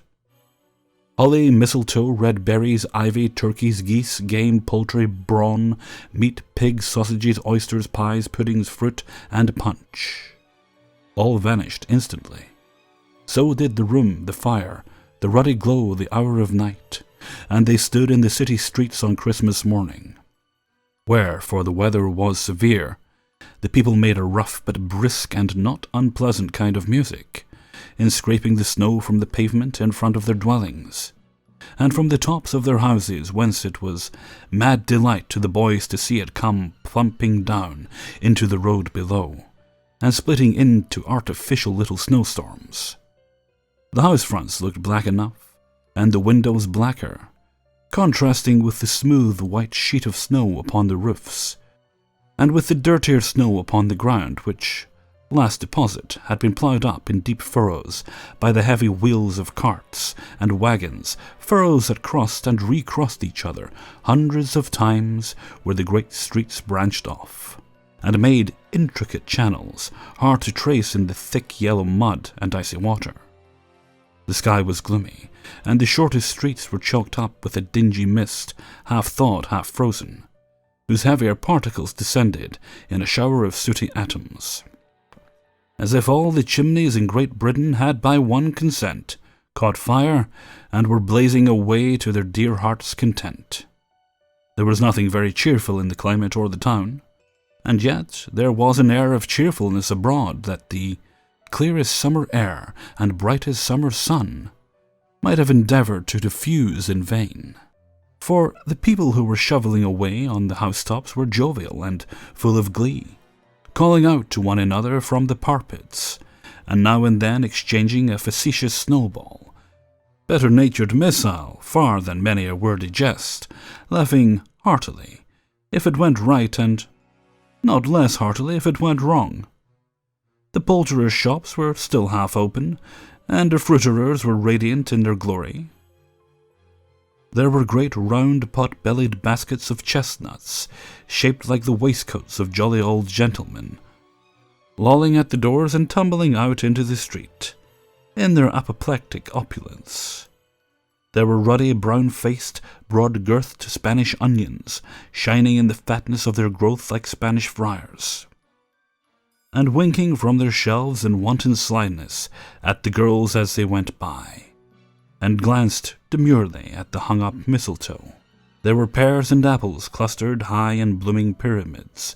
There were bunches of grapes made in the shopkeeper's benevolence to dangle from conspicuous hooks that people's mouths might water gratis as they passed. There were piles of filberts, mossy and brown, recalling, in their fragrance, ancient walks among the woods and pleasant shufflings ankle-deep through withered leaves. There were Norfolk biffins, squat and swarthy, setting off the yellow of the orange and lemons, and, in the great compactness of their juicy persons, urgently entreating and beseeching to be carried home in paper bags and eaten after dinner. The very gold and silver fish, set forth among these choice fruits in a bowl, though members of a dull and stagnant-blooded race, appeared to know that there was something going on, and, to a fish, went gasping round and round their little world in slow and passionless excitement. The grocers, nearly closed, with perhaps 2 shutters down, or 1, but through those gaps such glimpses. It was not alone that the scales descending on the counter made a merry sound, or that the twine and roller parted company so briskly, or that the canisters were rattled up and down like juggling tricks, or even that the blended scents of tea and coffee were so grateful to the nose, or even that the raisins were so plentiful and rare, the almonds so extremely white, the sticks of cinnamon so long and straight, the other spices so delicious, the candied fruits so caked and spotted with molten sugar, as to make the coldest lookers-on feel faint and subsequently bilious. Nor was it that the figs were moist and pulpy, or that the French plums blushed in modest tartness from their highly decorated boxes, or that everything was good to eat and in its Christmas dress.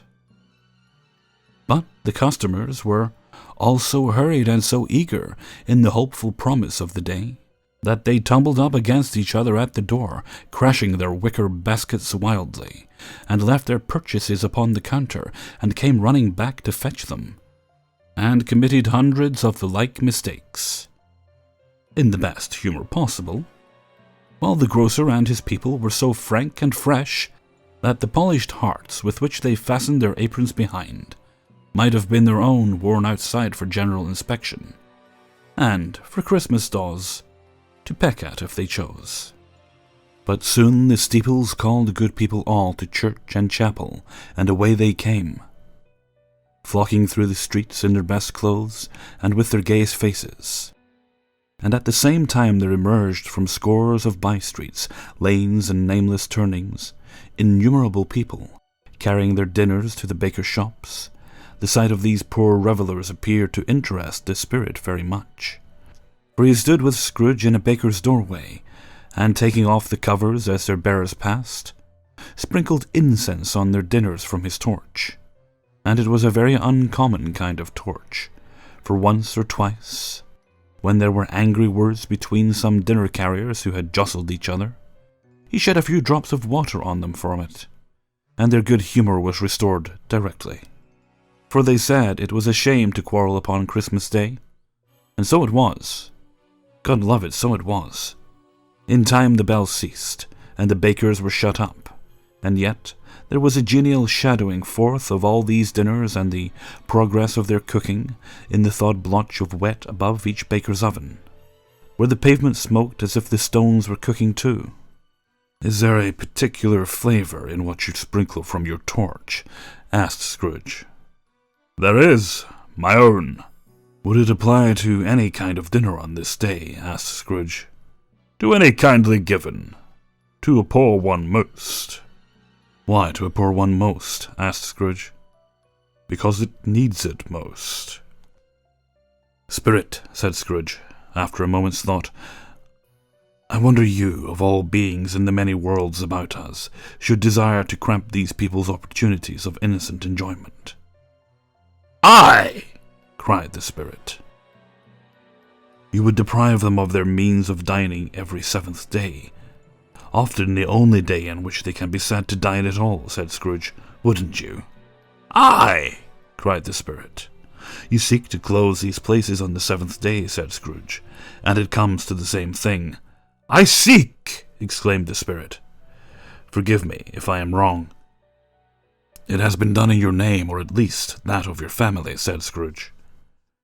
"There are some upon this earth of yours," returned the spirit, "who lay claim to know us, and who do their deeds of passion, pride, ill will, hatred, envy, bigotry, and selfishness in our name, who are as strange to us as all our kith and kin, as if they had never lived. Remember that, and charge their doings on themselves, not us."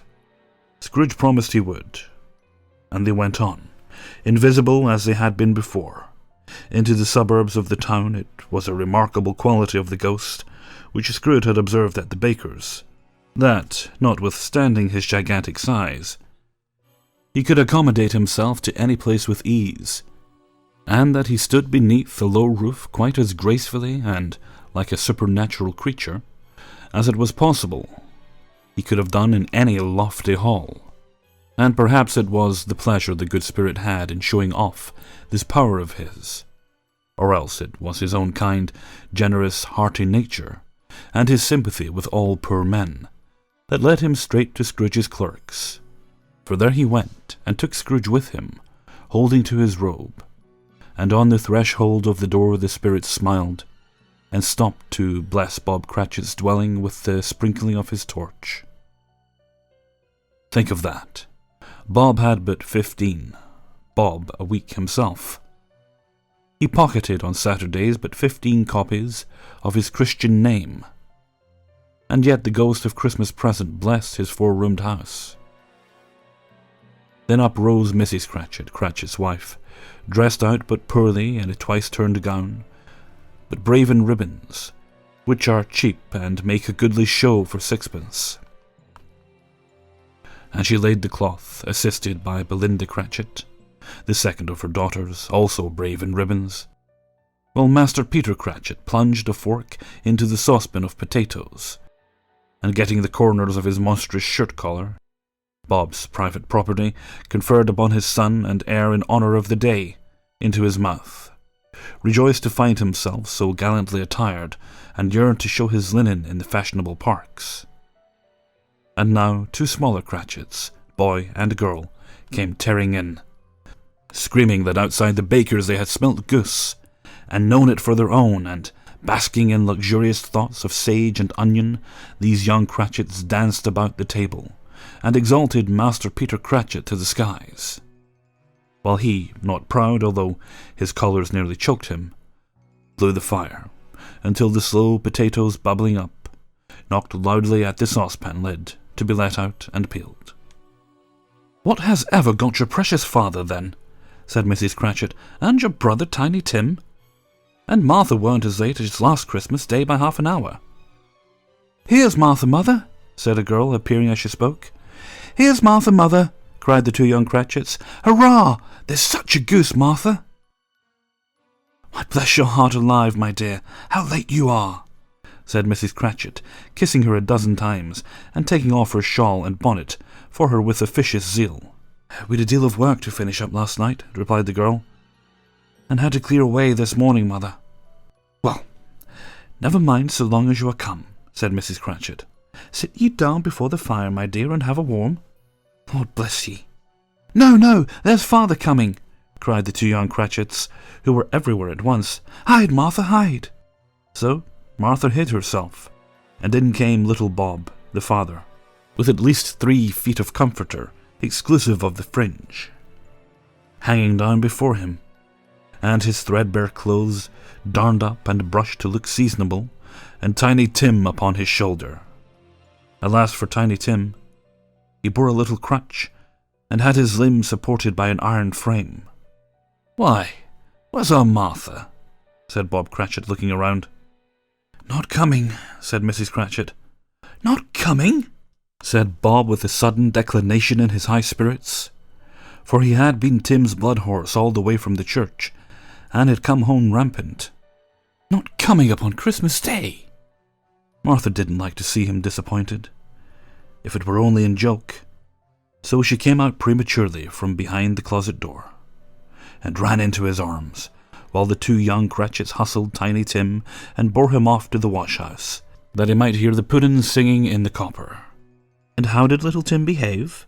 asked Mrs. Cratchit, when she had rallied Bob in his credulity, and Bob had hugged his daughter to his heart's content. "As good as gold," said Bob, "and better. Somehow he gets thoughtful sitting by himself so much, and thinks the strangest things you ever heard. He told me, coming home, that he hoped the people saw him in the church, because he was a cripple, and it might be pleasant to them to remember upon Christmas Day, who made lame beggars walk, and blind men see." Bob's voice was tremulous when he told them this, and trembled more when he said that Tiny Tim was growing strong and hearty. His active little crutch was heard upon the floor, and back came Tiny Tim before another word was spoken, escorted by his brother and sister to his stool before the fire. And while Bob, turning up his cuffs, as if, poor fellow, they were capable of being made more shabby, compounded some hot mixture into a jug with gin and lemons, and stirred it round, and put it on the hob to simmer. Master Peter and the two ubiquitous young Cratchits went to fetch the goose, with which they soon returned in high procession. Such a bustle ensued that you might have thought a goose the rarest of all birds, a feathered phenomenon, to which a black swan was a matter of course. And in truth it was something very like it in that house. Mrs. Cratchit made the gravy, ready beforehand in a little saucepan, hissing hot. Master Peter mashed the potatoes with incredible vigour. Miss Belinda sweetened up the apple-sauce. Martha dusted the hot plates. Bob took Tiny Tim beside him in a tiny corner at the table. The two young Cratchits set chairs for everybody, not forgetting themselves, and mounting guard upon their posts, crammed spoons into their mouths, lest they should shriek for goose before their turn came to be helped. At last the dishes were set on, and grace was said. It was succeeded by a breathless pause as Mrs. Cratchit, looking slowly all along the carving knife, prepared to plunge it in the breast. But when she did, and when the long-expected gush of stuffing issued forth, one murmur of delight arose all round the board, and even Tiny Tim, excited by the two young Cratchits, beat on the table with the handle of his knife, and feebly cried, "Hurrah!" There never was such a goose. Bob said he didn't believe there ever was such a goose cooked. Its tenderness and flavour, size and cheapness were the themes of universal admiration. Eked out by apple sauce and mashed potatoes, it was a sufficient dinner for the whole family, indeed, as Mrs. Cratchit said with great delight, surveying one small atom of a bone upon the dish. They hadn't ate it all at last. Yet every one had had enough. And the youngest Cratchits in particular were steeped in sage and onion to the eyebrows. But now the plates being changed by Miss Belinda, Mrs. Cratchit left the room alone, too nervous to bear witness, to take the pudding up and bring it in. Suppose it should not be done enough? Suppose it should break in turning out? Suppose somebody should have got over the wall of the backyard and stolen it, while they were merry with the goose? A supposition at which the two young Cratchits became livid. All such horrors were supposed. Hallo! A great sense of steam. The pudding was out of the copper. A smell like a washing day. That was the cloth. A smell like an eating house, and a pastry cook's next door to each other, with a laundress next door to that. That was the pudding. In half a minute Mrs. Cratchit entered, flushed but smiling proudly with the pudding, like a speckled cannonball, so hard and firm, blazing in half a quartern of ignited brandy, and bedight with Christmas holly stuck into the top.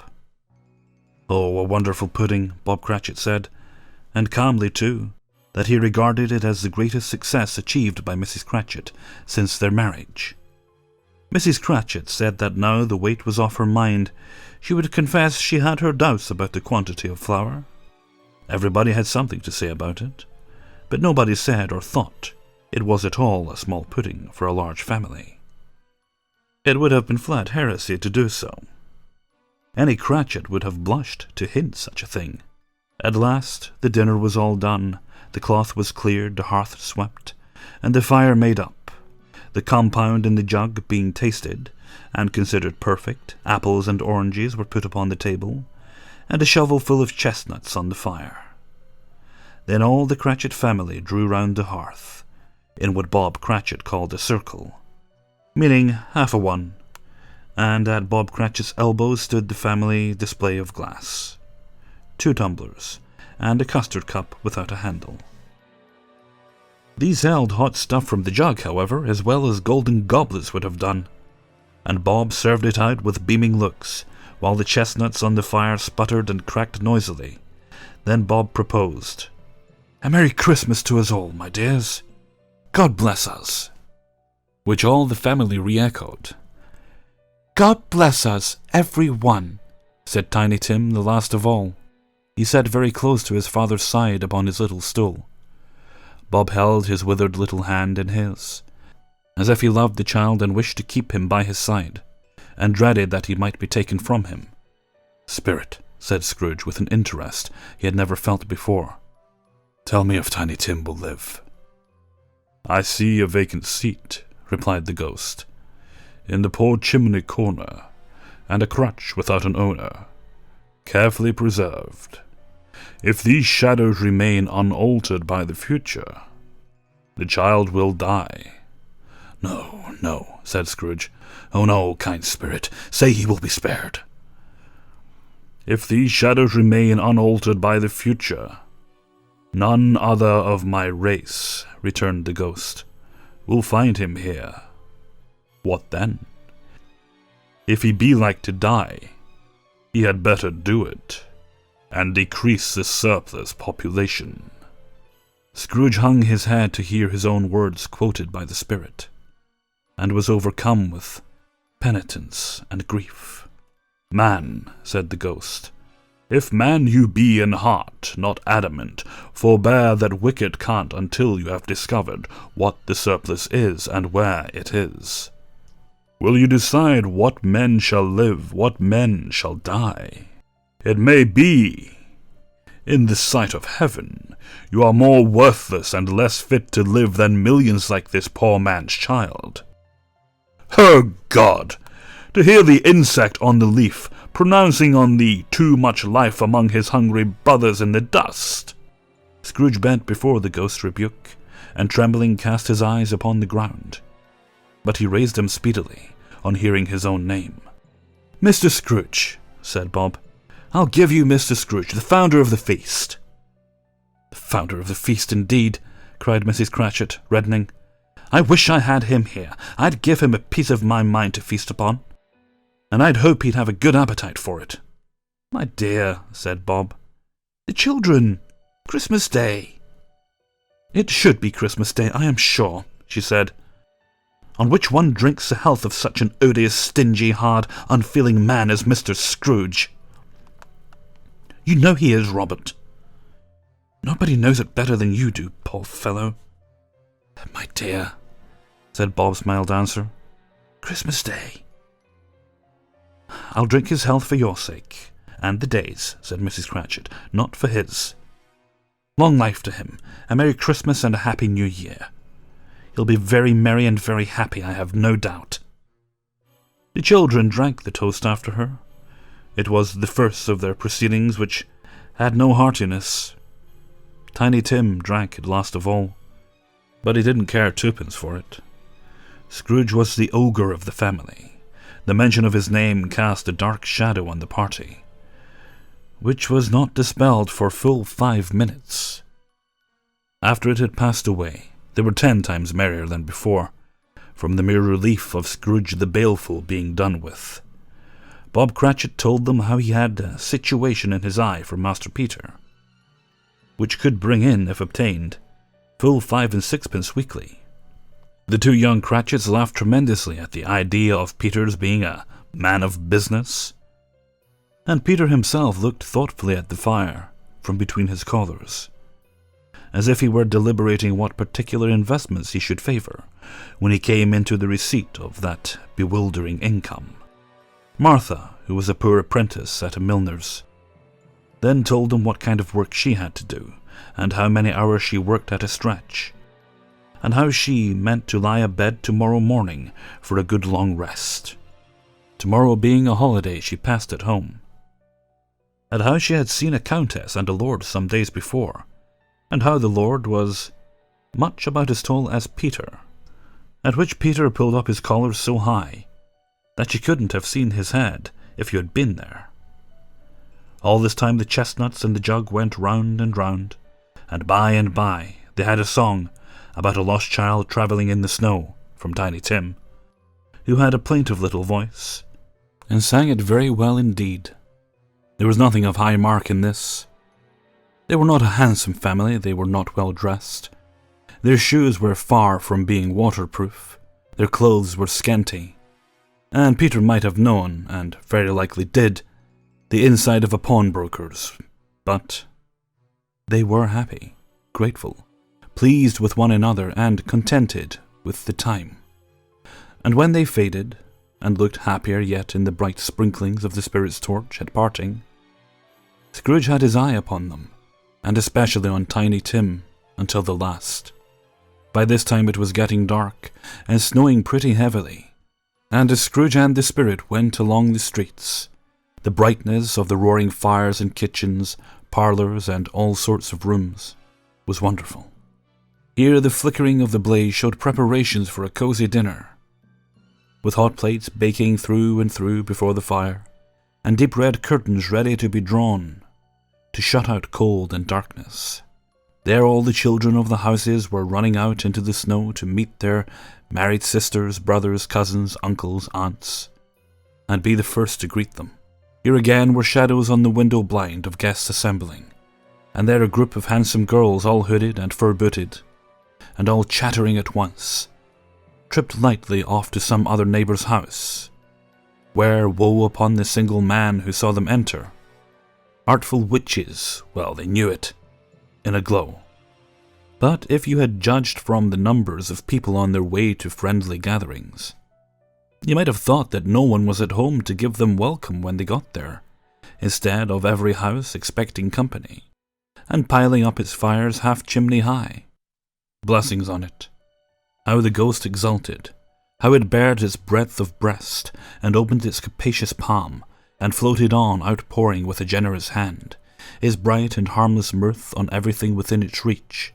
The very lamplighter, who ran on before, dotting the dusky street with specks of light, and who was dressed to spend the evening somewhere, laughed out loudly as the spirit passed, though little kenned the lamplighter that he had any company but Christmas.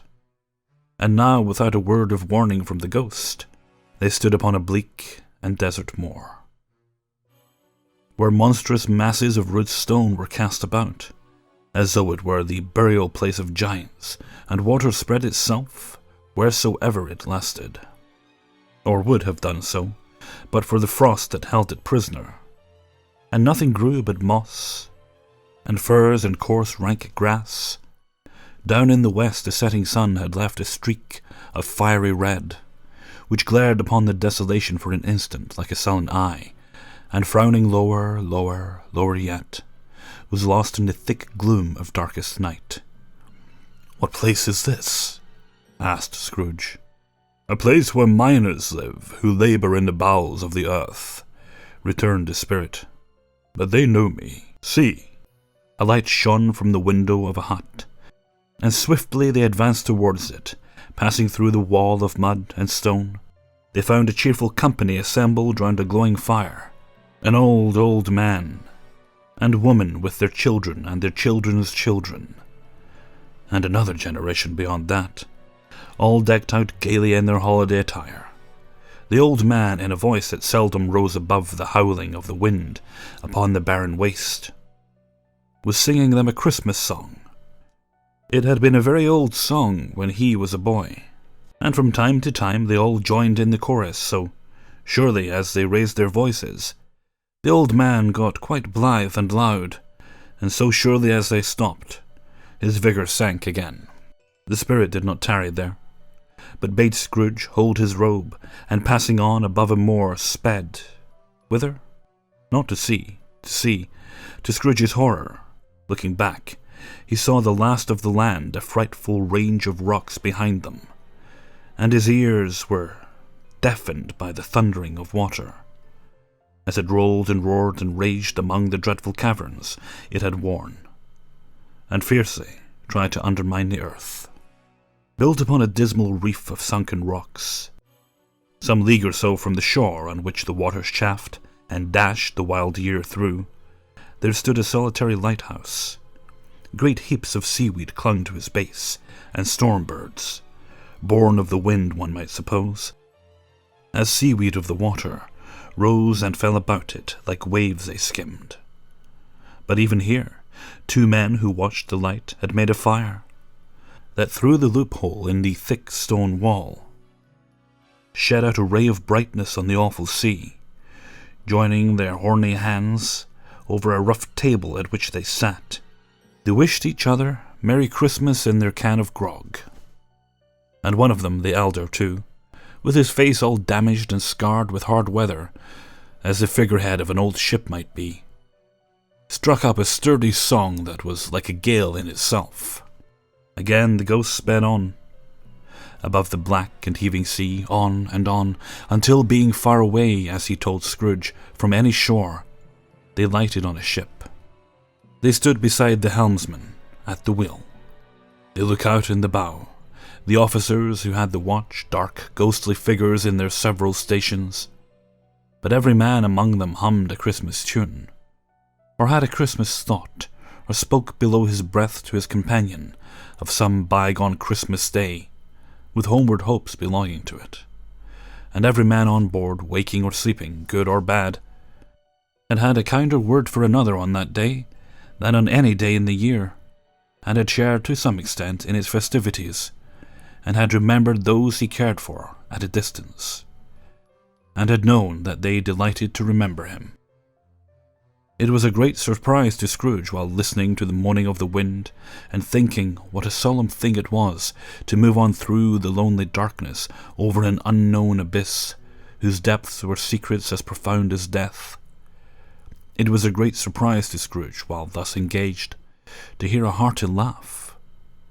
It was a much greater surprise to Scrooge to recognize it as his own nephew's, and to find himself in a bright, dry, gleaming room, with the Spirit standing by his side, and looking at that same nephew with approving affability. "Ha ha!" laughed Scrooge's nephew. If you should happen, by any unlikely chance, to know a man more blessed in a laugh than Scrooge's nephew, all I can say is, I should like to know him too. Introduce him to me, and I'll cultivate his acquaintance. It is a fair, even-handed, noble adjustment of things that, while there is infection in disease and sorrow, there is nothing in the world so irresistibly contagious as laughter and good humour. When Scrooge's nephew laughed in this way, holding his sides, rolling his head, and twisting his face into the most extravagant contortions, Scrooge's niece, by marriage, laughed as heartily as he, and their assembled friends, not being a bit behindhand, roared out lustily, "He said that Christmas was a humbug, as I live!" cried Scrooge's nephew. "He believed it too." "More shame for him, Fred," said Scrooge's niece indignantly. "Bless those women, they never do anything by halves, they are always in earnest." She was very pretty, exceedingly pretty, with a dimpled, surprised-looking capital face, a ripe little mouth that seemed made to be kissed, as no doubt it was, all kinds of good little dots about her chin, that melted into one another when she laughed, and the sunniest pair of eyes you ever saw in any little creature's head. Altogether, she was what you would have called provoking, you know, but satisfactory too. Oh, perfectly satisfactory. "He's a comical old fellow," said Scrooge's nephew. "That's the truth, and not so pleasant as he might be. However, his offences carry their own punishment, and I have nothing to say against him." "I'm sure he's very rich, Fred," hinted Scrooge's niece. "At least you always tell me so." "What of that, my dear?" said Scrooge's nephew. "His wealth is of no use to him. He don't do any good with it. He don't make himself comfortable with it. He hasn't the satisfaction of thinking that he is ever going to benefit us with it." "I have no patience with him," observed Scrooge's niece. Scrooge's niece's sisters and all the other ladies expressed the same opinion. "Oh, I have," said Scrooge's nephew. "I'm sorry for him." "I couldn't be angry with him if I tried. Who suffers by his ill whims?" "Himself, always. Here he takes it into his head to dislike us. What's the consequence? You don't lose much of a dinner." "Indeed, I think he loses a very good dinner," interrupted Scrooge's niece. Everybody else said the same, and they must be allowed to have been competent judges, because they had just had dinner, and, with the dessert upon the table, were clustered around the fire by lamplight. "Well, I'm very glad to hear it," said Scrooge's nephew, "because I haven't great faith in these young housekeepers. What do you say, Topper?" Topper had clearly got his eye upon one of Scrooge's niece's sisters, for he answered that a bachelor was a wretched outcast who had no right to express an opinion on the subject. Whereat Scrooge's niece's sister, the plump one with the lace tucker, not the one with the roses, blushed. "Do go on, Fred," said Scrooge's niece, clapping her hands. "He never finishes what he begins to say. He's such a ridiculous fellow." Scrooge's nephew revelled in another laugh, as if it was impossible to keep the infection off, though the plump sister tried hard to do it with aromatic vinegar. His example was unanimously followed. "I was only going to say," said Scrooge's nephew, "that the consequence of his taking a dislike to us, and not making merry with us, is, as I think, that he loses some pleasant moments which could do him no harm. I'm sure he loses pleasanter companions than he can find in his own thoughts, either in his mouldy old face or his dusty chambers. I mean to give him the same chance every year, whether he likes it or not, for I pity him." He may rail at Christmas till he dies, but he can't help thinking better of it. I defy him if he finds me going there in good temper year after year and saying, 'Uncle Scrooge, how are you?' If it only puts him in the vein to leave his poor clerk £50. That's something." And I think I shook him yesterday. It was their turn to laugh now at the notion of shaking Scrooge. But being thoroughly good-natured and not much caring what they laughed at, so they laughed at any rate. He encouraged them in their merriment and passed the bottle joyously. After tea they had some music, for they were a musical family and knew what they were about. When they sung a glee or catch, I can assure you, especially Topper, who could growl away in the bass like a good one, and never swell the large veins in his forehead, or get red in the face over it. Scrooge's niece played well upon the harp, and played among other tunes a simple little air, a mere nothing, you might learn to whistle it in 2 minutes, which had been familiar to the child who fetched Scrooge from the boarding school, as he had been reminded by the ghost of Christmas past. When this strain of music sounded, all the things that ghost had shown him came upon his mind. He softened more and more, and thought that if he could have listened to it often, years ago, he might have cultivated the kindness of life for his own happiness with his own hands, without resorting to the sexton's spade that buried Jacob Marley. But they didn't devote the whole evening to music. After a while they played at forfeits, for it is good to be children sometimes, and never better than at Christmas, when its mighty founder was a child himself. Stop. There was at first a game of blind man's buff. Of course there was, and I no more believe Topper was really blind than I believe he had eyes in his boots. My opinion is that it was a done thing between him and Scrooge's nephew, and that the ghost of Christmas present knew it. The way he went after that plump sister in the lace tucker was an outrage on the credulity of human nature. Knocking down the fire irons, tumbling over the chairs, bumping against the piano, smothering himself among the curtains. Wherever she went, there went he. He always knew where the plump sister was. He wouldn't catch anybody else.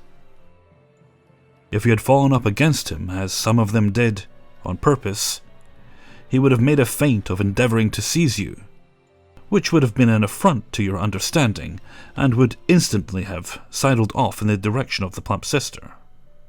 She often cried out that it wasn't fair, and it really was not. But when at last he caught her, when, in spite of all her silken rustlings, and her rapid flutterings past him, he got her into a corner, whence there was no escape. Then his conduct was the most execrable, for his pretending not to know her, his pretending that it was necessary to touch her headdress, and further assure himself of her identity, by pressing a certain ring upon her finger, and a certain chain about her neck, was vile, monstrous.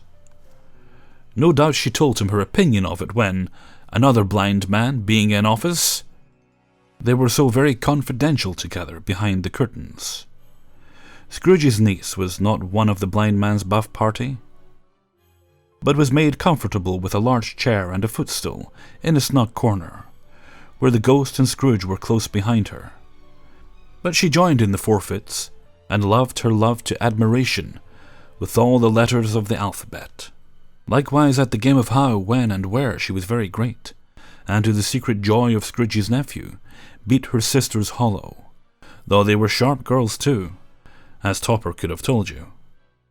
There might have been 20 people there, young and old, but they all played, and so did Scrooge, for, wholly forgetting in the interest he had in what was going on, that his voice made no sound in their ears, he sometimes came out with his guess quite loud, and very often guessed quite right too.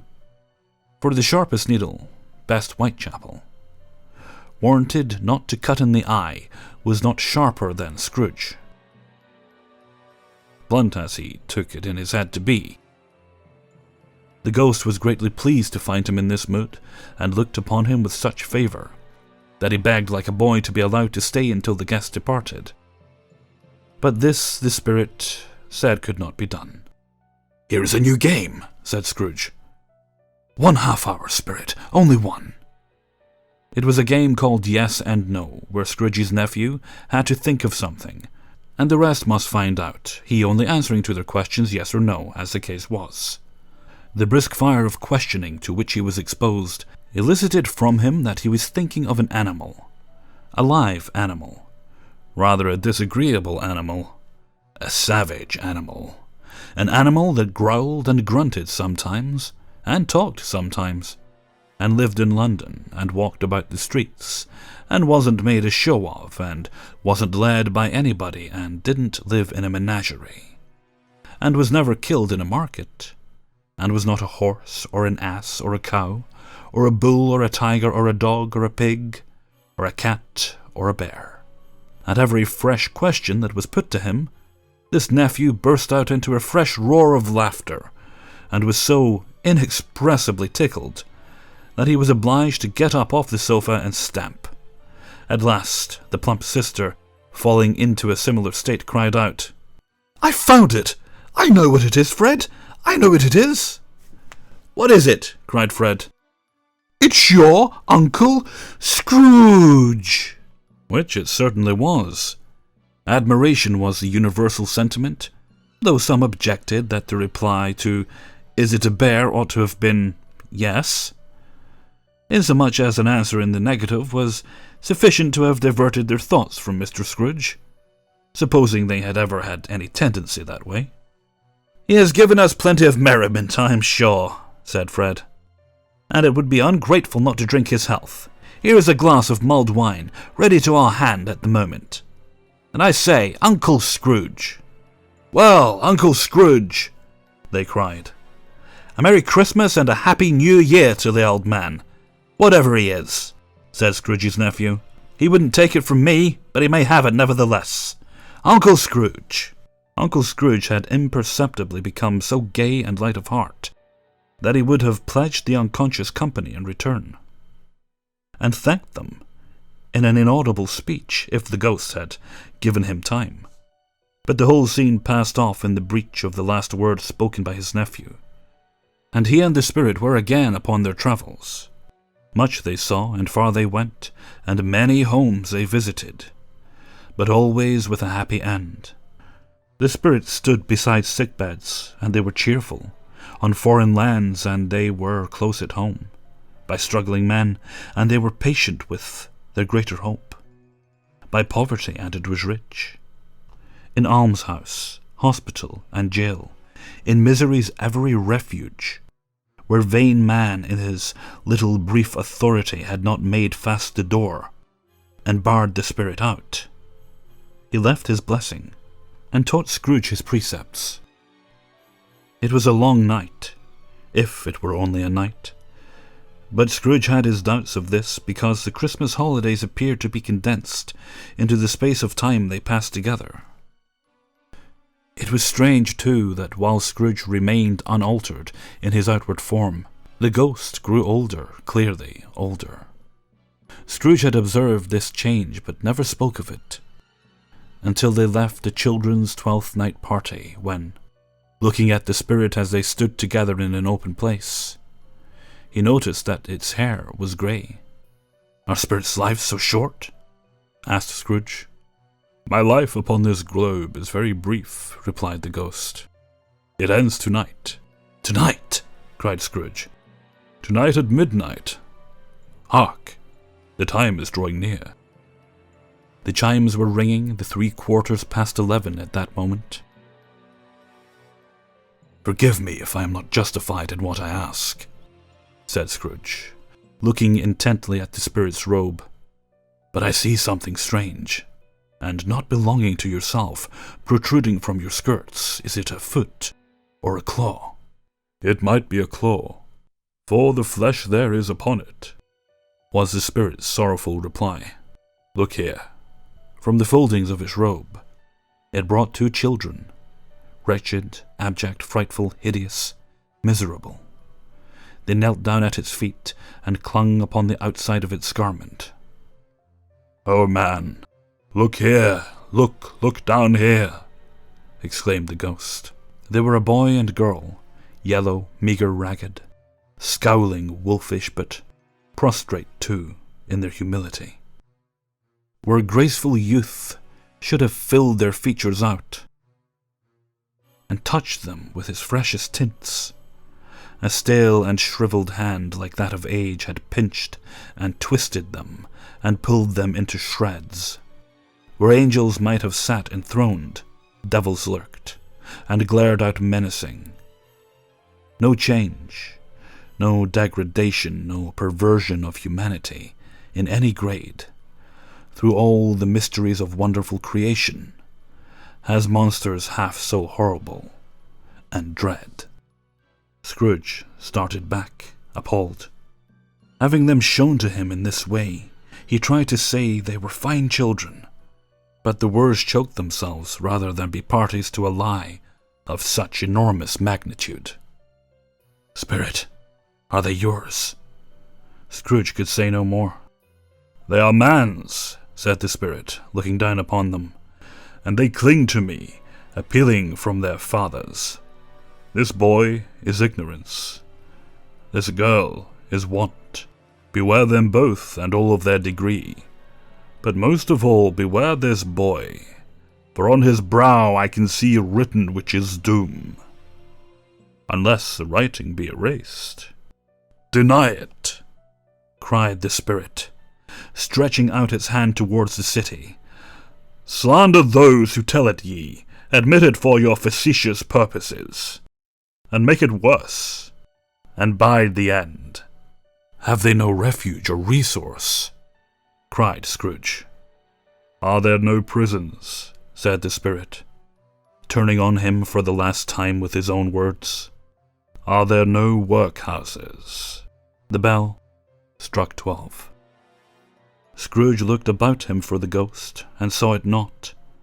As the last stroke ceased to vibrate, he remembered the prediction of old Jacob Marley, and lifting up his eyes, beheld a solemn phantom, draped and hooded, coming like a mist along the ground towards him.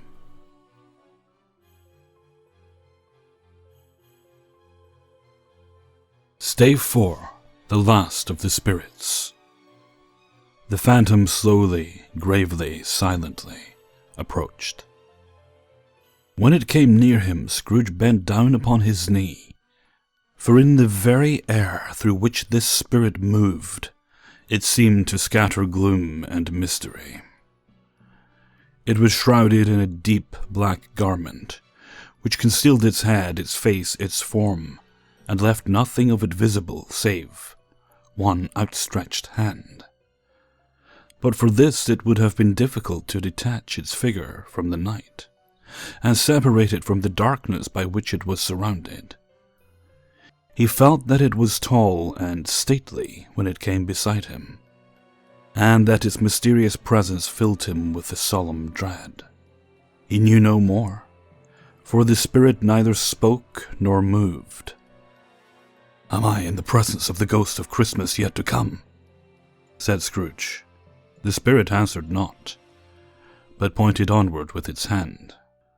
"You are about to show me shadows of the things that have not happened, but will happen in time before us," Scrooge pursued.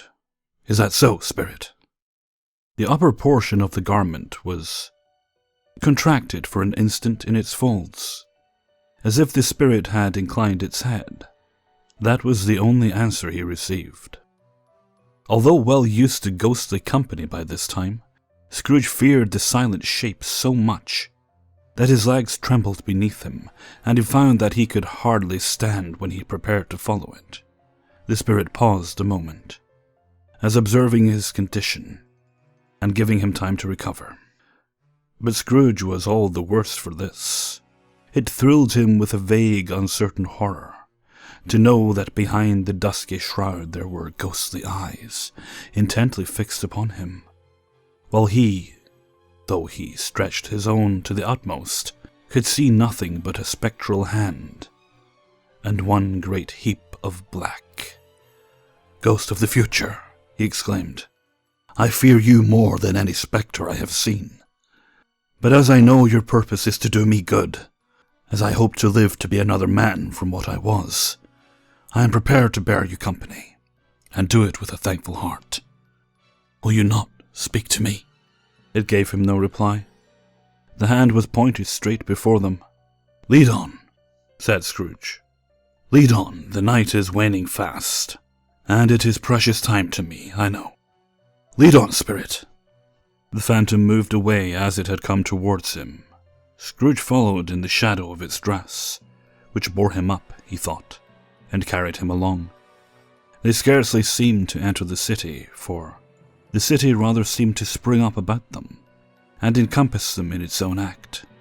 But there they were in the heart of it, on 'change amongst the merchants, who hurried up and down, and chinked the money in their pockets, and conversed in groups, and looked at their watches, and trifled thoroughly with their great gold seals, and so forth, as Scrooge had seen them often. The spirit stopped beside one little knot of businessmen, observing that the hand was pointed to them. Scrooge advanced to listen to their talk. "No," said a great fat man with a monstrous chin. "I don't know much about it either way. I only know he's dead." "When did he die?" inquired another. "Last night, I believe." "Why, what's the matter with him?" asked a third, taking a vast quantity of snuff out of a very large snuff-box. "I thought he'd never die." "God knows," said the first with a yawn. "What has he done with his money?" asked a red-faced gentleman with a pendulous excrescence on the end of his nose that shook like the gills of a turkey-cock. "I haven't heard," said the man with the large chin, yawning again. "Left it to his company, perhaps." "He hasn't left it to me, that's all I know."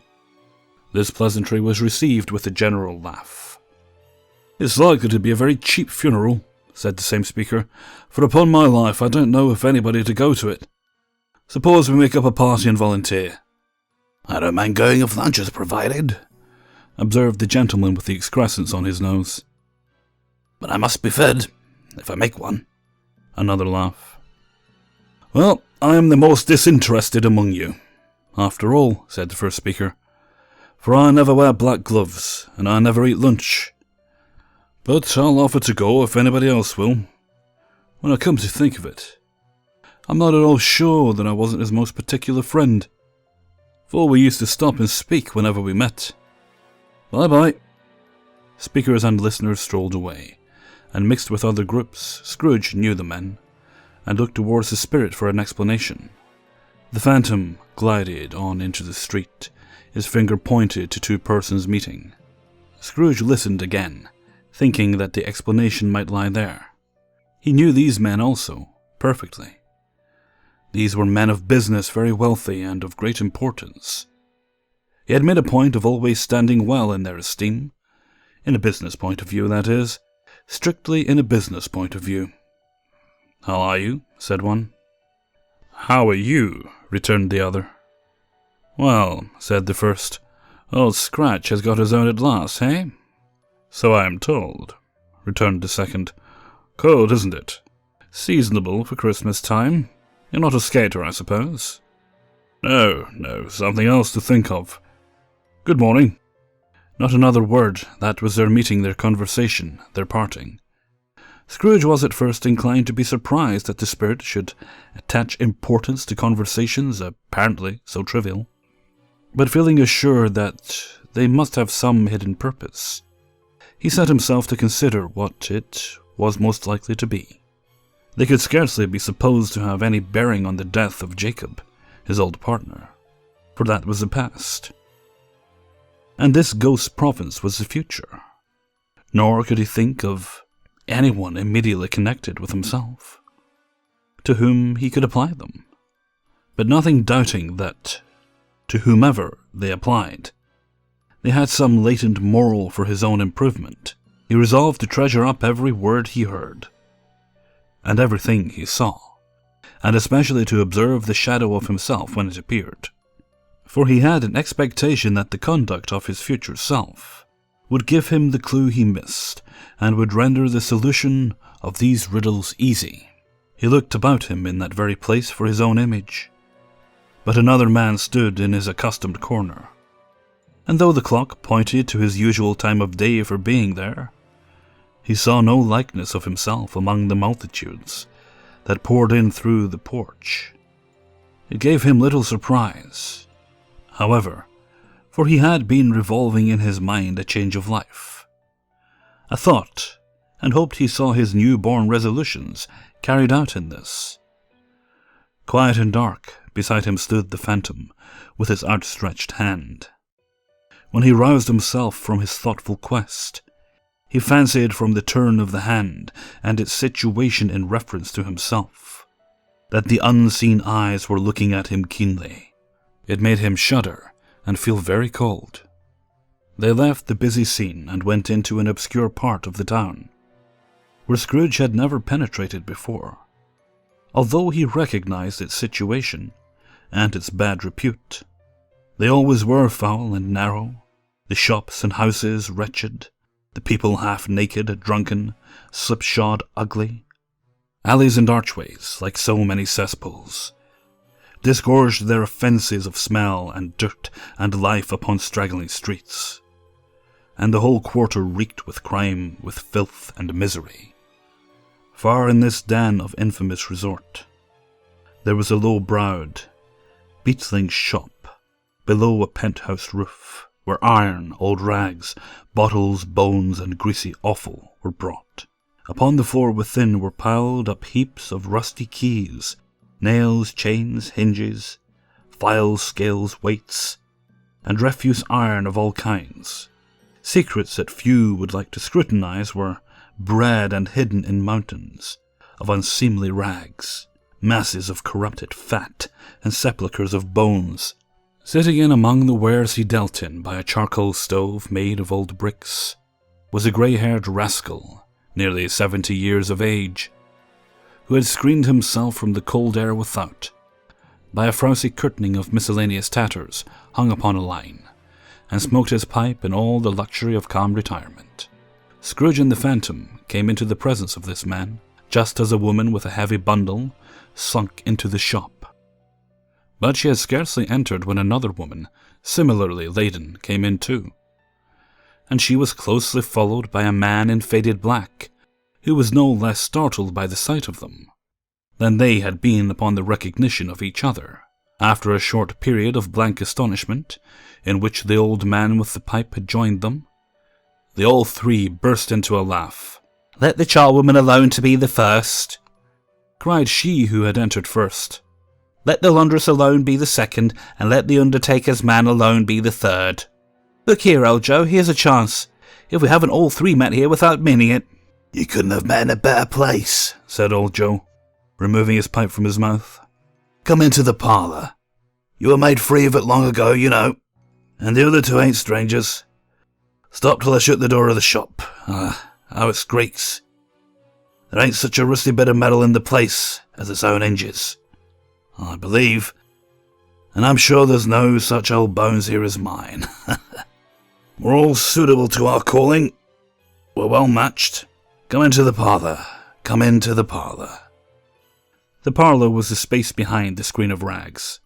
The old man raked the fire together with an old stair rod, and having trimmed his smoky lamp, for it was night, with the stem of his pipe, put it in his mouth again. While he did this, a woman who had already spoken threw her bundle on the floor, and sat down in a flaunting manner on a stool, crossing her elbows on her knees, and looking with a bold defiance at the other two. "What's the odds, then? What odds, Mrs. Dilber?" said the woman. "Every person has a right to take care of themselves. He always did." "That's true indeed," said the laundress. "No man more so." "Why then, don't stand staring as if you was afraid, woman. Who's the wiser? We're not going to pick holes in each other's coats, I suppose." "No, indeed," said Mrs. Dilber, laughing. "If he wanted to keep 'em after he was dead, a wicked old screw," pursued the woman, "why wasn't he natural in his lifetime, if he had been? He'd have had somebody to look after him when he was struck with death, instead of lying, gasping at his last there, alone by himself." "It's the truest word that was ever spoke," said Mrs. Dilber. "It's a judgment on him." I wish it was a little heavier, Judgment. You may depend on it. If I could have laid my hands on anything else. Open that bundle, old Joe, and let me know the value of it. Speak out plain, I'm not afraid to be the first, nor afraid for them to see it. We know pretty well that we're helping ourselves before we met here, I believe. It's no sin, open the bundle, Joe. But the gallantry of her friends would not allow of this, and the man in faded black, mounting the breech first, produced his plunder. It was not extensive, a seal or two, a pencil case, a pair of sleeve buttons, and a brooch, of no great value were all. They were severally examined and appraised by old Joe, who chalked the sums he was disposed to give for each upon the wall, and added them up into a total when he found there was nothing more to come. "That's your account," said Joe, "and I wouldn't give another sixpence. If I was to be boiled for not doing it, who's next?" Mrs. Dilber was next, sheets and towels, a little wearing apparel, 2 old-fashioned silver teaspoons, and a pair of sugar tongs, and a few boots. Her account was stated on the wall in the same manner. "I always give too much to the ladies, it's a weakness of mine, and that's the way I ruin myself," said Joe. "That's your account. If you asked me for another penny, and made it an open question, I'd repent of being so liberal and knock off half a crown." "Now undo my bundle, Joe," said the first woman. Joe went down on his knees for the greater convenience of opening it, and having unfastened a great many knots, dragged out a large and heavy roll of some dark stuff. "What do you call this?" said Joe. "Bed curtains." "Ah," returned the woman, laughing and leaning forward on her crossed arms. "Bed curtains." "You don't mean to say you took 'em down, rings and all, with him lying there?" said Joe. "Yes, I do," replied the woman. "Why not?" "You were born to make your fortune," said Joe, "and you'll certainly do it." "I certainly shan't hold my hand when I can get anything in it by reaching it out. For the sake of such a man as he was, I promise you, Joe," returned the woman coldly. "Don't drop that oil upon the blankets now." "There's blankets?" asked Joe. "Whose else do you think?" replied the woman. "He isn't likely to take cold without 'em, I dare say." "I hope he didn't die of anything catching, eh?" said old Joe, stopping his work and looking up. "Don't you be afraid of that," returned the woman. "I ain't so fond of his company that I'd loiter about him for such things if he did. You may look through that shirt till your eyes ache, but you won't find a hole in it, nor a threadbare place. It's the best he had, and a fine one too. They'd have wasted it, if it hadn't been for me." "What do you call wasting of it?" asked Joe. "Putting it on him to be buried in, to be sure," replied the woman with a laugh. "Somebody was fool enough to do it, but I took it off again. If calico ain't good enough for such a purpose, it isn't good enough for anything. It's quite as becoming to the body. He can't look uglier in it than he did in that one." Scrooge listened to this dialogue in horror, as they sat grouped about their spoil in the scanty light afforded by the old man's lamp. He viewed them with a detestation and disgust which could hardly have been any greater, though they had been obscene demons marketing the corpse itself. "Ha ha!" laughed the same woman when old Joe, producing a flannel bag with money in it, told out their several gains upon the ground. "This is the end of it, you see. He frightened everyone away from him when he was alive, to profit us when he was dead." "Spirit," said Scrooge, shuddering from head to foot. I see. The case of this unhappy man might be my own. My life tends that way now. Merciful heaven, what is this?" He recoiled in terror, for the scene had changed, and now he almost touched a bed, a bare, uncurtained bed, on which beneath a ragged sheet there lay a something covered up, which, though it was dumb, announced itself in awful language. The room was very dark, too dark to be observed with any accuracy, though Scrooge glanced around in obedience to a secret impulse, anxious to know what kind of room it was. A pale light, rising in the outer air, fell upon the bed, and on it, plundered and bereft, unwatched, unwept, uncared for, was the body of this man. Scrooge glanced towards the phantom. Its steady hand was pointed to the head. The cover was so carelessly adjusted that the slightest raising of it, the motion of a finger upon Scrooge's part, would have disclosed the face. He thought of it, felt how easy it would be to do, and longed to do it.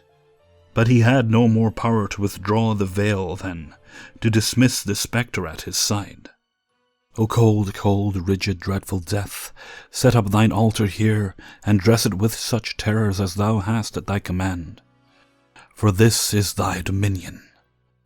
But of the loved, revered, and honoured head, thou canst not turn one hair to thy dread purposes, or make one feature odious. It is not that the hand is heavy, and will fall down when released.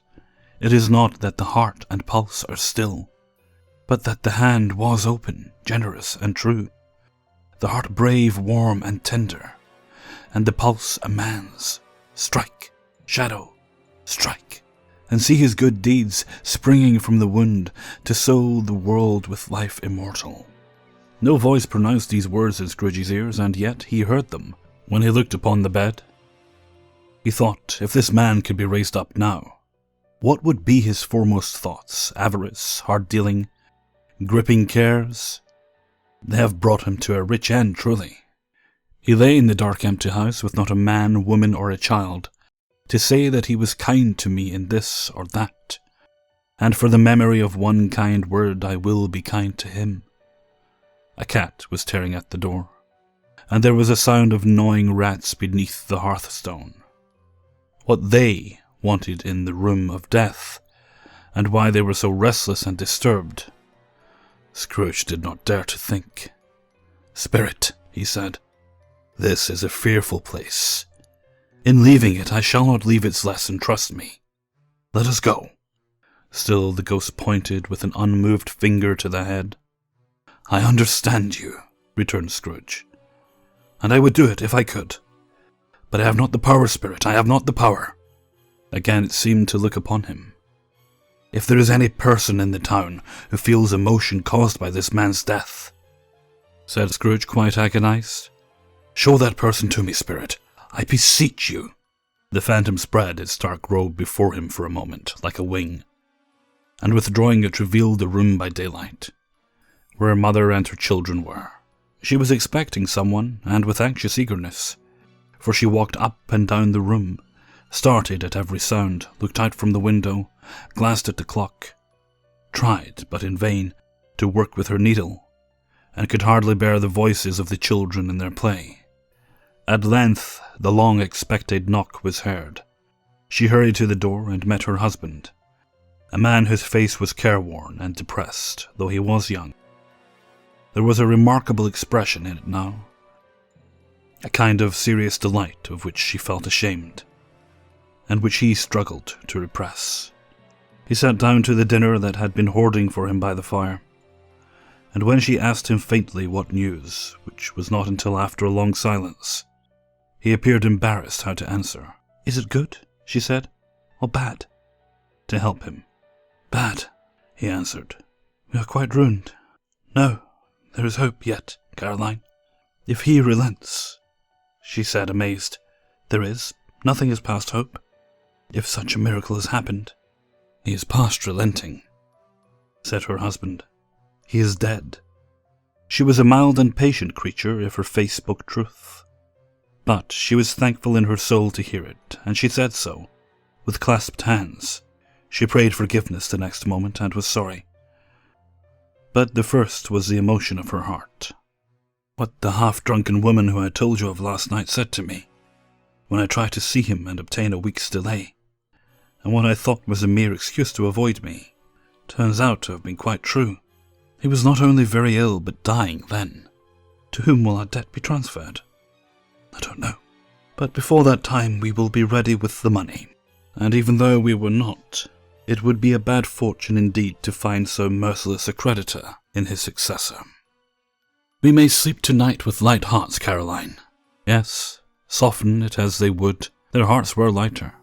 The children's faces, hushed and clustered round to hear what they so little understood, were brighter. And it was a happier house for this man's death. The only emotion that the ghost could show him, caused by the event, was one of pleasure. "Let me see some tenderness connected with a death," said Scrooge. "Or that dark chamber spirit, which we left just now, will forever be present to me." The ghost conducted him through several streets familiar to his feet, and as they went along, Scrooge looked here and there to find himself. But nowhere was he to be seen. They entered poor Bob Cratchit's house, the dwelling he had visited before, and found the mother and the children seated round the fire, quiet, very quiet. The noisy little Cratchits were as still as statues in one corner, and sat looking up at Peter, who had a book before him. The mother and her daughters were engaged in sewing, but surely they were very quiet. And he took a child and set him in the midst of them. Where had Scrooge heard these words? Had he not dreamed them? The boy must have read them out. As he and the spirit crossed the threshold, why did he not go on? The mother laid her work upon the table and put her hand up to her face. "The colour hurts my eyes," she said. "The colour? Ah, poor Tiny Tim." "The better now again," said Cratchit's wife. "It makes them weak by candlelight, and I wouldn't show weak eyes to your father when he comes home for the world." "It must be near his time. Past it, rather," Peter answered, shutting up his book. "But I think he has walked a little slower than he used. These few last evenings, Mother." They were very quiet again, at last she said, and in a steady, cheerful voice that only faltered once. I have known him to walk with Tiny Tim upon his shoulder, very fast indeed." "And so have I," cried Peter, "often." "And so have I," exclaimed another, so had all. "But he was very light to carry," she resumed, intent upon her work. "And his father loved him so that it was no trouble, no trouble. And there is your father at the door." She hurried out to meet him, and little Bob in his comforter, he had no need of it, poor fellow, came in. His tea was ready on the hob, and they all tried who should help him to it most. Then the two young Cratchits got upon his knees and laid each child a little cheek against his face, as if they said, "Don't mind it, father. Don't be grieved." Bob was very cheerful with them, and spoke pleasantly to all the family. He looked at the work upon the table and praised the industry and speed of Mrs. Cratchit and the girls. They would be done long before Sunday, he said. "Sunday? You went today then, Robert?" said his wife. "Yes, my dear," returned Bob. "I wish you could have gone. It would have done you good to see how green a place it is. But you'll see it often. I promised him that I would walk there on a Sunday. My little child," cried Bob. "My little child." He broke down all at once. He couldn't help it. If he could have helped it, he and his child would have been farther apart perhaps than they were. He left the room and went upstairs into the room above, which was lighted cheerfully and hung with Christmas. There was a chair set close beside the child, and there were signs of someone having been there lately. Poor Bob sat down in it, and when he had thought a little and composed himself, he kissed the little face. He was reconciled to what had happened, and went down again quite happy. They drew about the fire and talked, the girls and mother working still. Bob told him of the extraordinary kindness of Mr. Scrooge's nephew, whom he had scarcely seen but once, and who, meeting him in the street that day, and seeing that he looked just a little down, you know, said Bob, inquired what had happened to distress him. On which, said Bob, "For he is the pleasantest spoken gentleman you have ever heard," I told him. "I am heartily sorry for it, Mr. Cratchit," he said, "and heartily sorry for your good wife. By the by, how he ever knew that, I don't know." "Knew what, my dear?" "Why, that you were a good wife," replied Bob. "Everybody knows that," said Peter. "Very well observed, my boy. I hope they do." "Heartily sorry," he said, "For your good wife, if I can be of any service to you in any way," he said, giving me his card. "That's where I live. Pray come to me." "No, it wasn't," cried Bob, "for the sake of anything he might be able to do for us, so much as for his kind way, that this was quite delightful. It really seemed as if he had known our Tiny Tim, and felt with us." "I'm sure he's a good soul," said Mrs. Cratchit. "You would be surer of it, my dear," returned Bob, "if you saw and spoke to him. I shouldn't at all be surprised. Mark what I say, if he got Peter a better situation." "Only hear that, Peter," said Mrs. Cratchit. "And then," cried one of the girls, "Peter will be keeping company with someone, and setting up for himself." "Get along with you," retorted Peter, grinning. "It's just as likely as not," said Bob. "One of these days, though, there's plenty of time for that, my dear. But however, and whenever we part from one another, I am sure we shall none of us forget poor Tiny Tim. Shall we? Or this first parting that there was among us?" "Never, father," cried they all. "And I know," said Bob, "I know, my dears, that when we recollect how patient and how mild he was, although he was a little child, we shall not quarrel easily among ourselves, and forget poor Tiny Tim in doing it." "No, never, father," they all cried again. "I am very happy," said little Bob. "I am very happy." Mrs. Cratchit kissed him, his daughters kissed him, the two young Cratchits kissed him, and Peter and himself shook hands. "Spirit of Tiny Tim, thy childish essence was from God."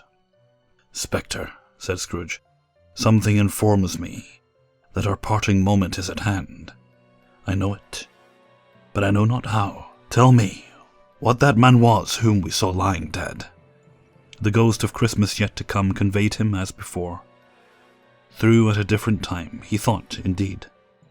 There seemed no order in these latter visions, save that they were in the future, in the resorts of businessmen, but showed him not himself. Indeed, the spirit did not say anything, but went straight on, as to the end just now desired until besought by Scrooge to tarry for a moment. "This court," said Scrooge, "through which we hurry now, is where my place of occupation is, and has been for a length of time. I see the house. Let me behold what I shall be in days to come." The spirit stopped. His hand was pointed elsewhere. "The house is yonder," Scrooge exclaimed. "Why do you point away?" The inexorable finger underwent no change. Scrooge hastened to the window of his office and looked in. It was an office still, but not his. The furniture was not the same, and the figure in the chair was not himself. The phantom pointed as before. He joined it once again, and wondering why and whither he had gone, accompanied it, and until they reached an iron gate, he paused to look round before entering. A churchyard. Here then, the wretched man whose name he had now to learn lay underneath the ground. It was a worthy place, walled in by houses overrun by grass and weeds. The growth of vegetation's death, not life. Choked up with too much burying, fat with repleted appetite. A worthy place. The spirit stood among the graves and pointed to one. He advanced towards it, trembling. The phantom was exactly as it had been, but he dreaded that he saw new meaning in its solemn shape. "Before I draw nearer to that stone to which you point," said Scrooge, "answer me one question. Are these the shadows of things that will be, or are they shadows of things that may be only?" Still the ghost pointed downward to the grave by which it stood. "Men's courses will foreshadow certain ends, to which, if persevered in, they must lead," said Scrooge. "But if the courses be departed from, the ends will change. Say it is thus with what you show me." The spirit was immovable as ever. Scrooge crept towards it, trembling as he went, and following the finger, read upon the stone of the neglected grave his own name, Ebenezer Scrooge. "Am I that man who lay upon the bed?" he cried upon his knees. The finger pointed from the grave to him and back again. "No, spirit! Oh, no, no!" The finger still was there. "Spirit," he cried, tight clutching at his robe. "Hear me, I am not the man I was. I will not be the man I must have been but for this intercourse. Why show me this, if I am past all hope?" For the first time the hand appeared to shake. "Good spirit," he pursued, as down upon the ground he fell before it, "your nature intercedes for me, and pities me. Assure me that I may yet change these shadows you have shown me by an altered life." The kind hand trembled. "I will honor Christmas in my heart, and try to keep it all the year. I will live in the past, the present, and the future. The spirits of all three shall strive within me. I will not shut out the lessons that they teach. Oh, tell me I may sponge away the writing on this stone." In his agony he caught the spectral hand. It sought to free itself, but he was strong in his entreaty, and detained it. The spirit, stronger yet, repulsed him, holding up his hands in a last prayer to have his fate reversed. He saw an alteration in the phantom's hood and dress. It shrunk, collapsed, and dwindled down into a bedpost.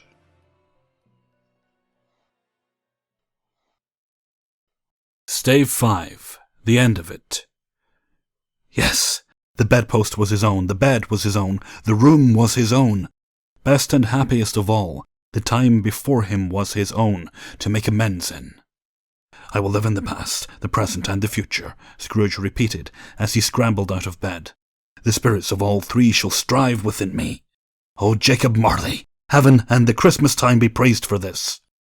I say it on my knees, old Jacob, on my knees." He was so fluttered, and so glowing with his good intentions, that his broken voice would scarcely answer to his call. He had been sobbing violently in his conflict with the spirit, and his face was wet with tears. "They are not down," said Scrooge, folding one of his bed curtains in his arms. "They are not torn down, rings and all. They are here. I am here. The shadows of the things that would have been may be dispelled. They will be. I know they will." His hands were busy with his garments all this time, turning them inside out, putting them upside down, tearing them, mislaying them, making them parties to every kind of extravagance. "I don't know what to do," cried Scrooge, laughing and crying in the same breath, and making a perfect lacoon of himself with his stockings. "I'm as light as a feather. I'm as happy as an angel. I'm as merry as a schoolboy. I'm as giddy as a drunken man. A Merry Christmas to everybody. A Happy New Year to all the world. Hello there, whoop, hello!" He had frisked into the sitting-room, and was now standing there perfectly winded. "There's the saucepan that the gruel was in," cried Scrooge, starting off again, and going round the fireplace. "There's the door by which the ghost of Jacob Marley entered. There's the corner where the ghost of Christmas presents sat. There's the window where I saw the wandering spirits. It's all right, it's all true, it all happened. Ha ha ha!" Really, for a man who had been out of practice for so many years, it was a splendid laugh, a most illustrious laugh, the father of a long, long line of brilliant laughs. "I don't know what day of the month it is," said Scrooge. "I don't know how long I've been among the spirits. I don't know anything. I'm quite a baby. Never mind, I don't care. I'd rather be a baby. Hello, whoop, hello here." He was checked in his transports by the churches ringing out the lustiest peals he had ever heard. Clash, clang, hammer, ding, dong, bell, bell, dong, ding. Hammer, clang, clash. Oh, glorious, glorious. Running to the window, he opened it and put out his head. No fog, no mist, clear, bright, jovial, stirring cold. Cold piping for the blood to dance to. Golden sunlight. Heavenly sky, sweet fresh air, merry bells, oh glorious, glorious. "What's today?" cried Scrooge, calling downward to a boy in Sunday clothes, who perhaps had loitered in to look about him. "Aye," returned the boy, with all his might of wonder. "What's today, my fine fellow?" said Scrooge. "Today?" replied the boy. "Ah, Christmas Day." "It's Christmas Day," said Scrooge to himself. "I haven't missed it. The spirits have done it all in one night. They can do anything they like. Of course they can. Of course they can. Hello, my fine fellow." "Hello," returned the boy. "Do you know the poulterers in the next street but one, at the corner?" Scrooge inquired. "I should hope I did," replied the lad. "An intelligent boy," said Scrooge. "A remarkable boy. Do you know whether they've sold the prize turkey that was hanging up there? Not the little prize turkey, the big one." "What, the one as big as me?" returned the boy. "What a delightful boy," said Scrooge. "It's a pleasure to talk to him. Yes, my buck." "It's hanging there now," replied the boy. "Is it?" said Scrooge. "Go and buy it." "What, ga?" exclaimed the boy. "No, no," said Scrooge. "I am in earnest. Go and buy it, and tell him to bring it here, that I may give them the direction where to take it. Come back with the man, and I'll give you a shilling. Come back with him in less than 5 minutes, and I'll give you half a crown." The boy was off like a shot. He must have had a steady hand at a trigger, who could have got a shot off half so fast. "I'll send it to Bob Cratchit's," whispered Scrooge, rubbing his hands and splitting with a laugh. "He shan't know who sends it. It's twice the size of Tiny Tim. Joe Miller never made such a joke as sending it to Bob's will be." The hand in which he wrote the address was not a steady one, but write it he did, somehow, and went downstairs to open the street door, ready for the coming of the poulterer's man. As he stood there, waiting his arrival, the knocker caught his eye. "I shall love it, as long as I live," cried Scrooge, patting it with his hand. "I scarcely ever looked at it before. What an honest expression it has in its face. It's a wonderful knocker. Here's the turkey. Hello, whoop! How are you? Merry Christmas." It was a turkey. He never could have stood upon his legs, that bird. He would have snapped him short off in a minute, like sticks of sealing wax. "Why, it's impossible to carry that to Camden Town," said Scrooge. "You must have a cab." The chuckle with which he said this, the chuckle with which he paid for the turkey, and the chuckle with which he paid for the cab, and the chuckle with which he recompensed the boy were only to be exceeded by the chuckle with which he sat down breathless in his chair again, and chuckled till he cried. Shaving was not an easy task, for his hand continued to shake very much, and shaving requires attention, even when you don't dance while you're at it. But if he had cut the end of his nose off, he would have put a piece of sticking plaster over it, and been quite satisfied. He dressed himself all in his best, and at last got out into the streets. The people were by this time pouring forth, as he had seen them with the ghost of Christmas present, and walking with his hands behind him, Scrooge regarded every one with a delighted smile. He looked so irresistibly pleasant, in a word, that 3 or 4 good-humoured fellows said, "Good morning, sir, and Merry Christmas to you." And Scrooge said often afterwards that of all the blithe sounds he had ever heard, those were the blithest in his ears. He had not gone far, when coming on towards him he beheld the portly gentleman who had walked into his counting-house the day before, and said, "Scrooge and Marley's, I believe." It sent a pang across his heart to think how this old gentleman would look upon him when they met. But he knew what path lay straight before him, and he took it. "My dear sir," said Scrooge, quickening his pace, and taking the old gentleman by both his hands, "how do you do? I hope you succeeded yesterday. It was very kind of you. A Merry Christmas to you, sir." "Mr. Scrooge?" "Yes," said Scrooge, "that is my name, and I fear it may not be pleasant to you. Allow me to ask your pardon, and you will have the goodness." Here Scrooge whispered in his ear. "Lord bless me," said the gentleman, as if his breath were taken away. "My dear Mr. Scrooge, are you serious?" "If you please," said Scrooge, "not a farthing less. A great many back payments are included in it, I assure you. Will you do me that favour?" "My dear sir," said the other, shaking hands with him, "I don't know what to say to such a "Don't say anything, please," retorted Scrooge. "Come and see me. Will you come and see me?" "I will," cried the old gentleman, and it was clear he meant to do it. "Thank ye," said Scrooge. "I'm much obliged to you. I thank you 50 times. Bless you." He went to church and walked about the streets, and watched the people hurrying to and fro, and patted children on the head, and questioned beggars, and looked down into the kitchens of houses, and up to the windows, and found that everything could yield him pleasure. He had never dreamed that any walk, that anything, could give him so much happiness. In the afternoon he turned his steps towards his nephew's house. He passed the door a dozen times before he had the courage to go up and knock. But he made a dash and did it. "Is your master home, my dear?" said Scrooge to the girl. "Nice girl. Very. Yes, sir? Where is he, my love? Said Scrooge. He's in the dining room, sir, along with the mistress. I'll show you upstairs, if you please. Thank ye. He knows me, said Scrooge, with his hand already on the dining room lock. I'll go in here, my dear. He turned it gently and sidled his face in around the door.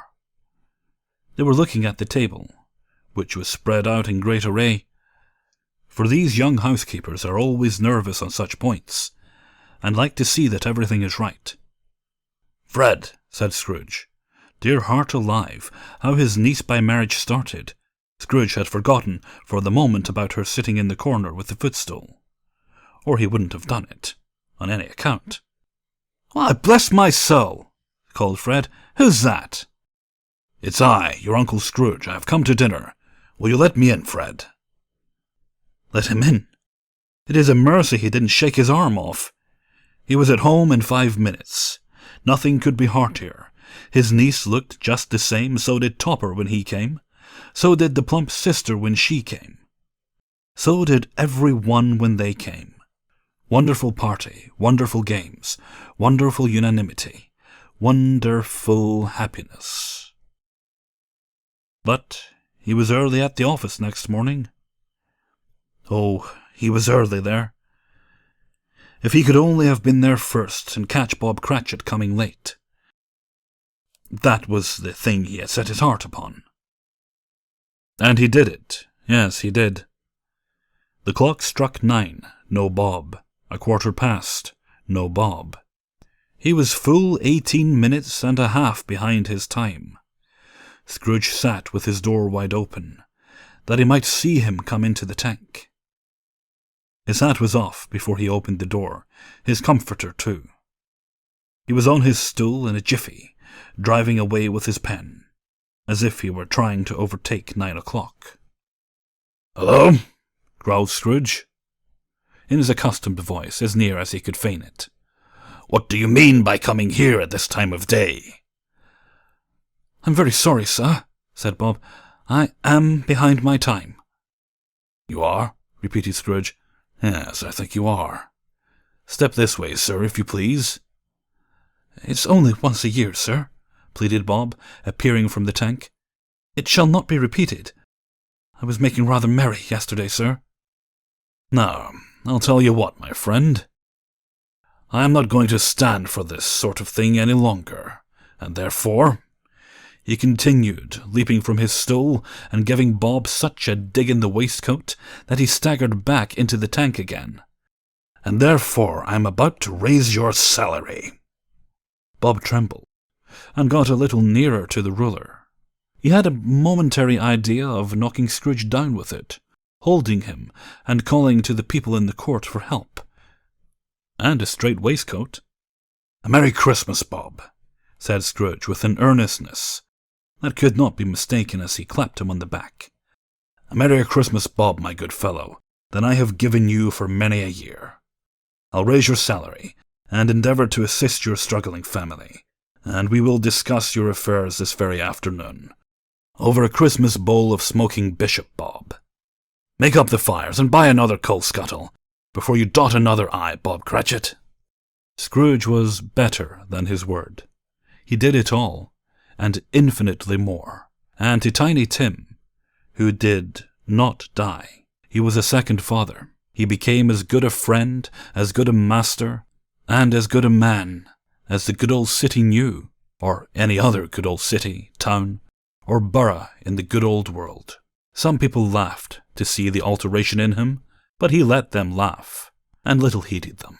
For he was wise enough to know that nothing ever happened on this globe for good, at which some people did not have their fill of laughter in the outset. And knowing that such as these would be blind anyway, he thought it was quite as well that they should wrinkle up their eyes in grins, and have their malady in less attractive forms. His own heart laughed, and that was quite enough for him. He had no further intercourse with spirits, but lived upon the total abstinence principle ever afterwards. And it was always said of him that he knew how to keep Christmas well, if any man alive possessed the knowledge. May that be truly said of us and all of us. And so, as Tiny Tim observed, God bless us, every one.